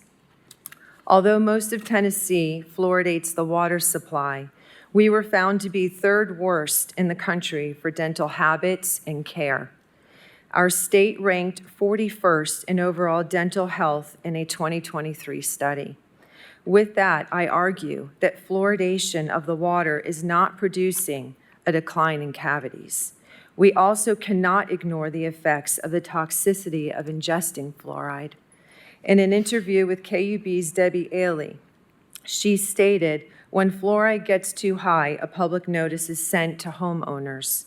According to the Legal Information Institute, public notice must be provided containing the warnings of children under 9 years of age drinking water more than 2 milligrams per liter of fluoride may develop fluorosis of permanent teeth, causing staining or pitting of the permanent teeth, and also drinking water containing more than 4 milligrams per liter of fluoride can increase your risk of developing bone disease. This is alarming. There should never be a probability of a mishap with a toxic chemical of our water supply. Per ADA recommendations, baby formula should not be mixed with fluoridated water. Have any notices been sent notifying of this important recommendation? A recent study by JAMA Pediatrics found fluoride ingestion can negatively impact a child's IQ.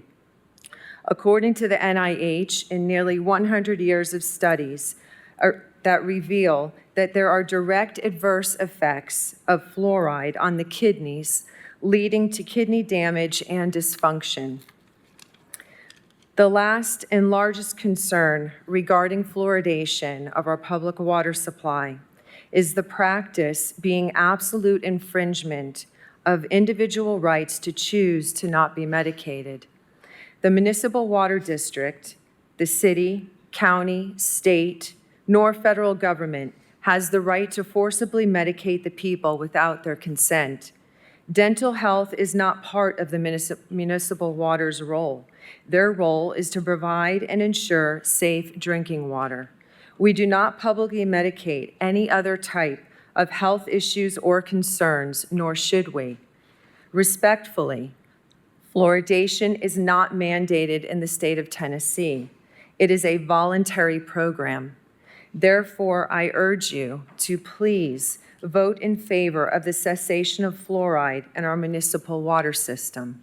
Thank you for your time. Thank you, Ms. Griffith. And last speaker is David Brown. Okay. All right. Now we can open up the floor. Commissioner Jay? Thank you, Madam Chair.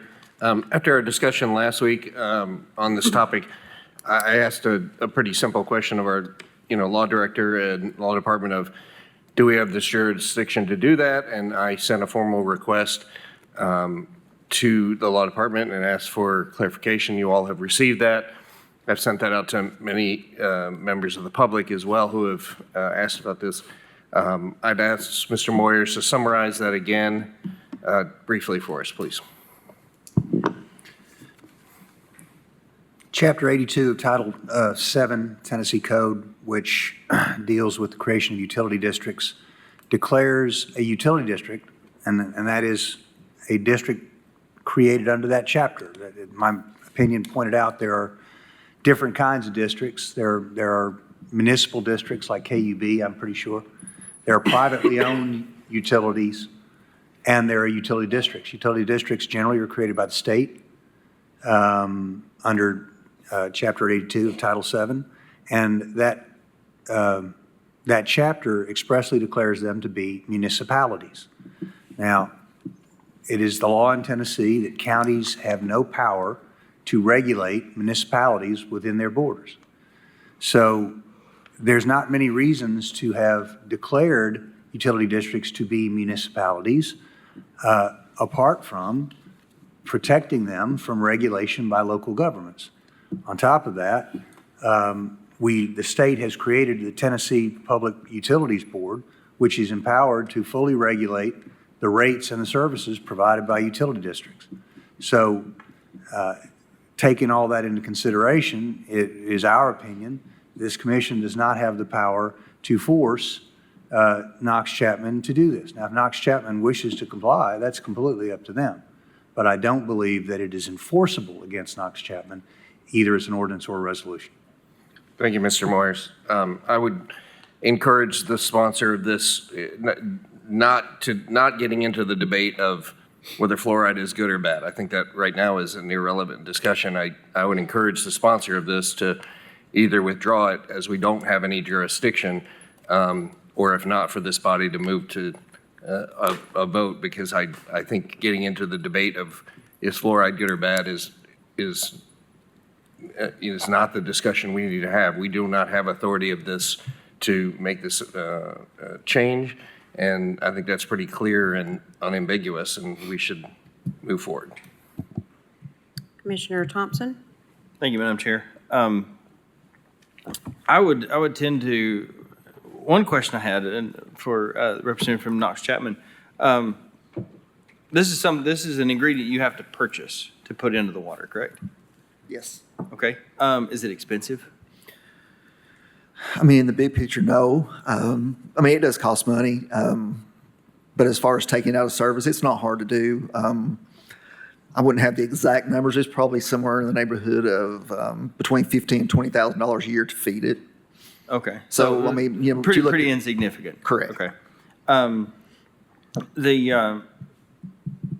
How obviously, like the lady mentioned a minute ago, Tennessee, it's voluntary for you either put it in or don't put it. You don't have to put it in there, but it's been broadly accepted that you fluoridate water.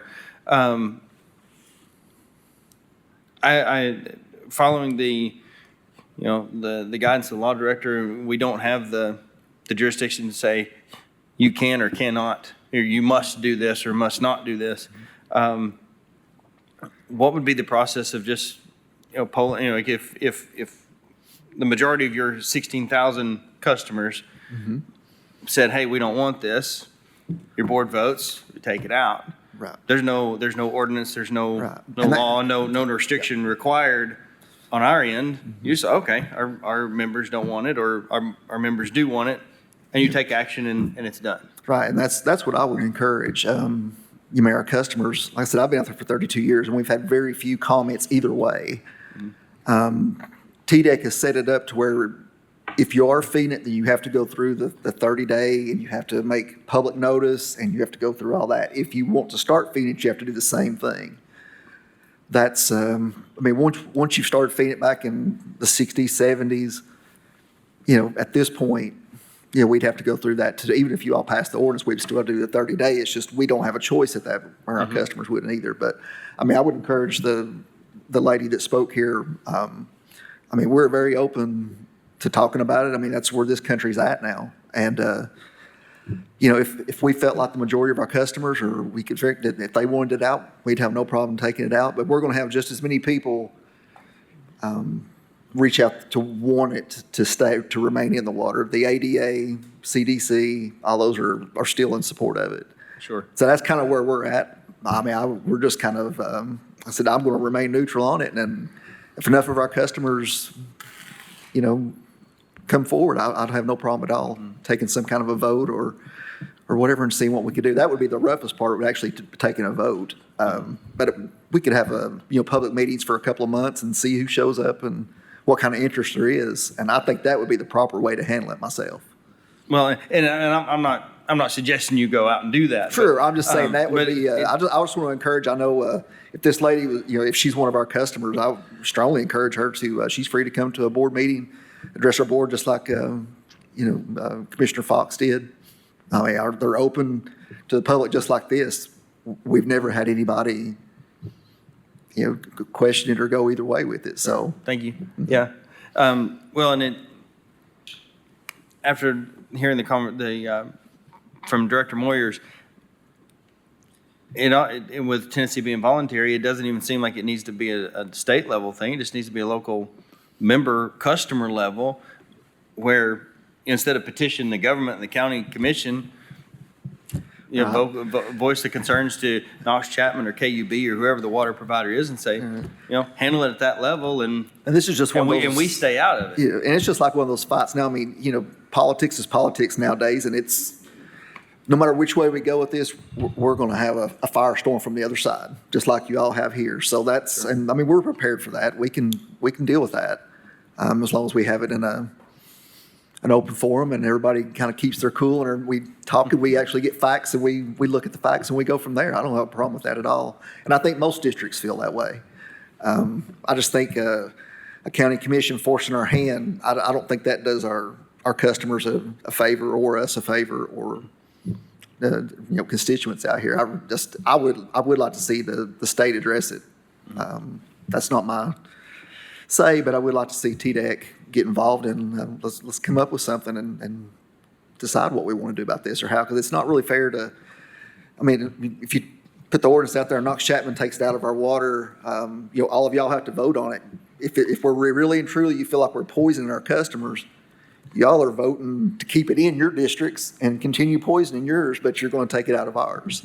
So I just think, and at first I thought maybe it could be on a county level, but with all of us representing multiple counties, that just makes it really tough. So it really needs to be kept either to the district to decide or for the state to decide. And that's kind of my stance on that, or how I feel about it. All right, thank you. Thank you. Thank you. Commissioner Fox. Thank you, Madam Chair. I have a number of statements I want to make with respect to this initiative. Number one, the representative for most of South Knox County in the General Assembly, Elaine Davis, was the co-sponsor of a bill to limit the use of fluoride as an additive to drinking water. So that, I think, in and of itself is a statement that this is something that's wanted by South Knox County. I did meet with a neighborhood group after I met with Knox Chapman. I regularly attend the South Knox neighborhood, or South Doyle Neighborhood Association, and informed everybody there that I was intending on pursuing this, and I heard no objection. Except there was Dr. Crawwinkle. He registered some objection, and then we shared some data afterwards, and he seemed to be on board after that. He thought I was condemning fluoride altogether, and when I said no, it's useful as a topical.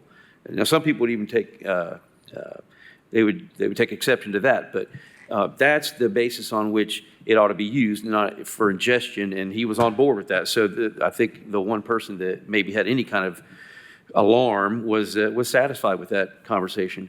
And Adam knows who Dr. Crawwinkle is. He's active in the Tennessee Farm Bureau, and he lives in my district. I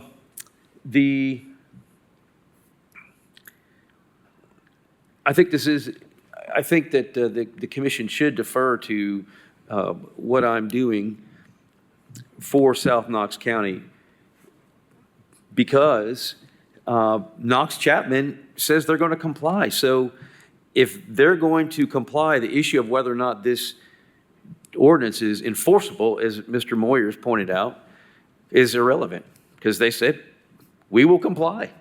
If you request it, we'll do it.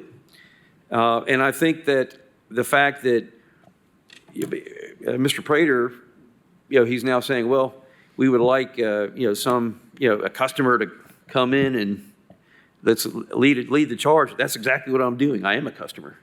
And I want to be able to drink my tap water without having to worry about this. I would like to, Mr. Prater, if you could just answer a couple more questions for me that I thought of along the way here.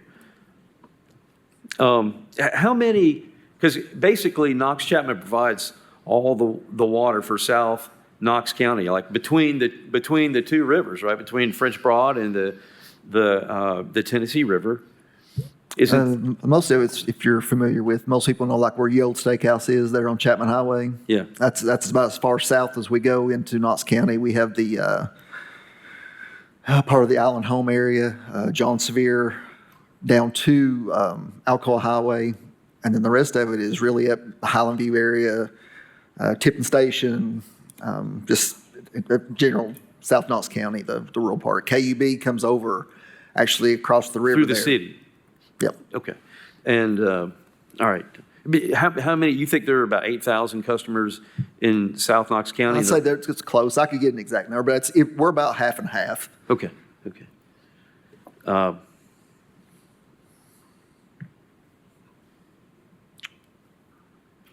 I think that's all the questions. Okay. And I want to commend, by the way, Mr. Prater and Knox Chapman. I've said this a number of occasions, but I think they've run, it's my opinion after, getting into it, they've run a very shrewd operation, and they've done a great job in positioning that utility to be able to accommodate new customers and so forth. And so I do want to say publicly that. I appreciate that. Yeah. So if they say we will comply, then what's the problem?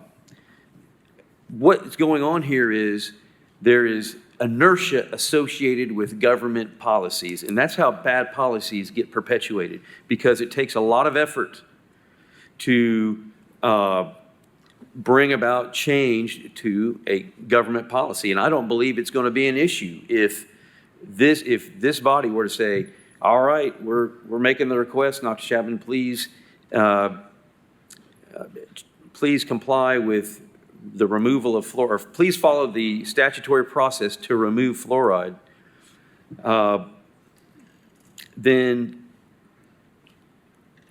oh, by the way, if we make that directive, they still have to go through the statutory process. We can't force the members of the board, the Knox Chapman board, to vote. It's not enforceable, but they say they're going to comply. So it really is just, it's not a problem, and we will reverse the inertia. A good policy will be implemented, and I just don't believe that there's going to be any change to that. No one is going to come along and have the, I think, the drive to try to reverse what we do, because it takes a lot of effort, a lot of will, a lot of firepower, so to speak, to get something like this changed. And the General Assembly has already been clear that, at least based upon this last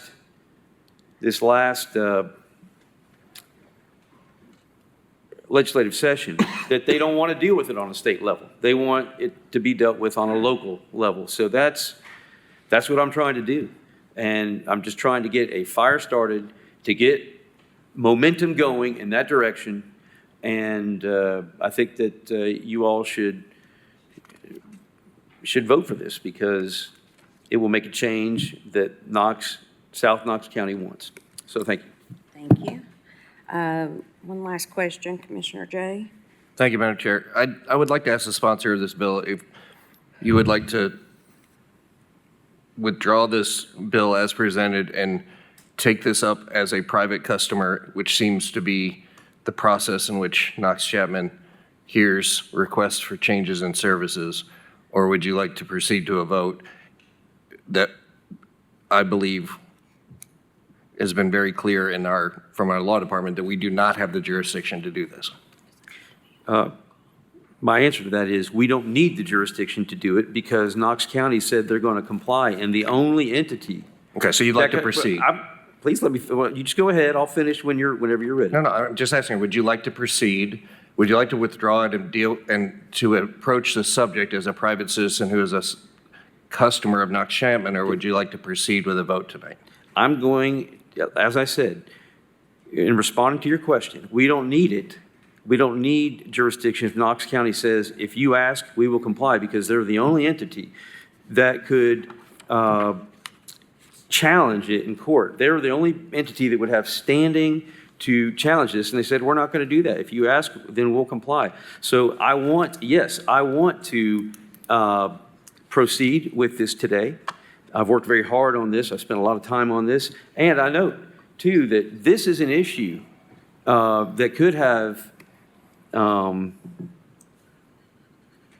mayoral implications. I mean, mayors are the people who appoint these commissioner boards. And so I want to see how people are going to vote on this. Okay. Madam Chair, given that we do not have the authority to regulate utilities as opined by our law department, and this does not fall in the purview of Knox County, as our law department has said, I am a believer in following the law and following the state and federal law, and I believe we're a law-abiding nation. I call for the vote, and please proceed. I'll make a motion to call for the vote. We have a call for the vote on the floor. We have got a motion by Commissioner Fox. I think you have to vote on the calling of the vote first. I've got to vote on the call. It needs a second. Yes, thank you. Do I have a second? All right. So I've got a call on the floor by Commissioner Jay and a second by Commissioner Rawls. All in favor? Aye. All opposed? The ayes have it. Now, we have got a motion on the floor by Commissioner Fox and a second by Commissioner Russell. This will require a roll call vote. Commissioner Hill.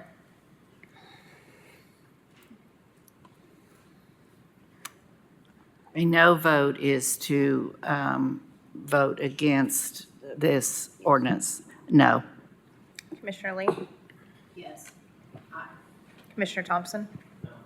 Commissioner Fox? Aye. Commissioner Jay? No. Commissioner Frazier? No. Commissioner Rawls? No. Commissioner Durrett? No. Commissioner Oster? No. Commissioner Jackson is out. Commissioner Russell? Yes.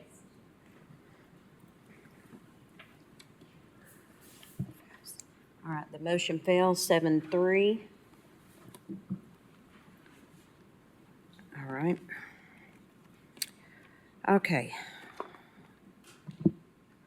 Public forum, we have no one signed up for open topics. Other business, I'd like to have Commissioner Jay speak to something exciting.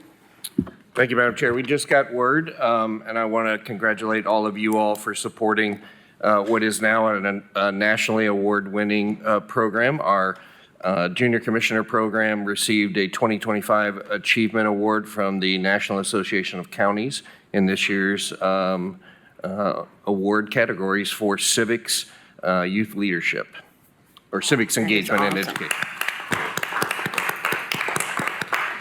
Very good. Kudos, Commissioner Jay, for beginning the whole program. Thank you. Yes, thank you. And thank you to you and Commissioner Durrett for the work you did this year. I think the new classes got big shoes to fill. June birthdays, I'd like to recognize Commissioner Jackson is not here, but he had a birthday in June, and Commissioner Fox had a birthday in June, and Commissioner Thompson. Thank you, Madam Chair. If it's okay, I would like to wish my grandmother. Today is her birthday. She's. I'm not going to say how old she is. No, I wouldn't. She's very young, very young. But no, she and my parents and my aunts and uncles are celebrating at Cruise Farm Dairy in Strawberry Plains right now, and yeah, it's too late for me to join them. Yes, yes. Seeing no other business, I would like to end on a quote from Amelia Earhart that says, "The most difficult thing is the decision to act, and the rest is merely tenacity." So, do I have a motion to adjourn? So moved. Second. I have a motion on the floor by Commissioner Durrett, second by Commissioner Frazier. All in favor? Aye. All opposed? The ayes have it. Have a wonderful evening.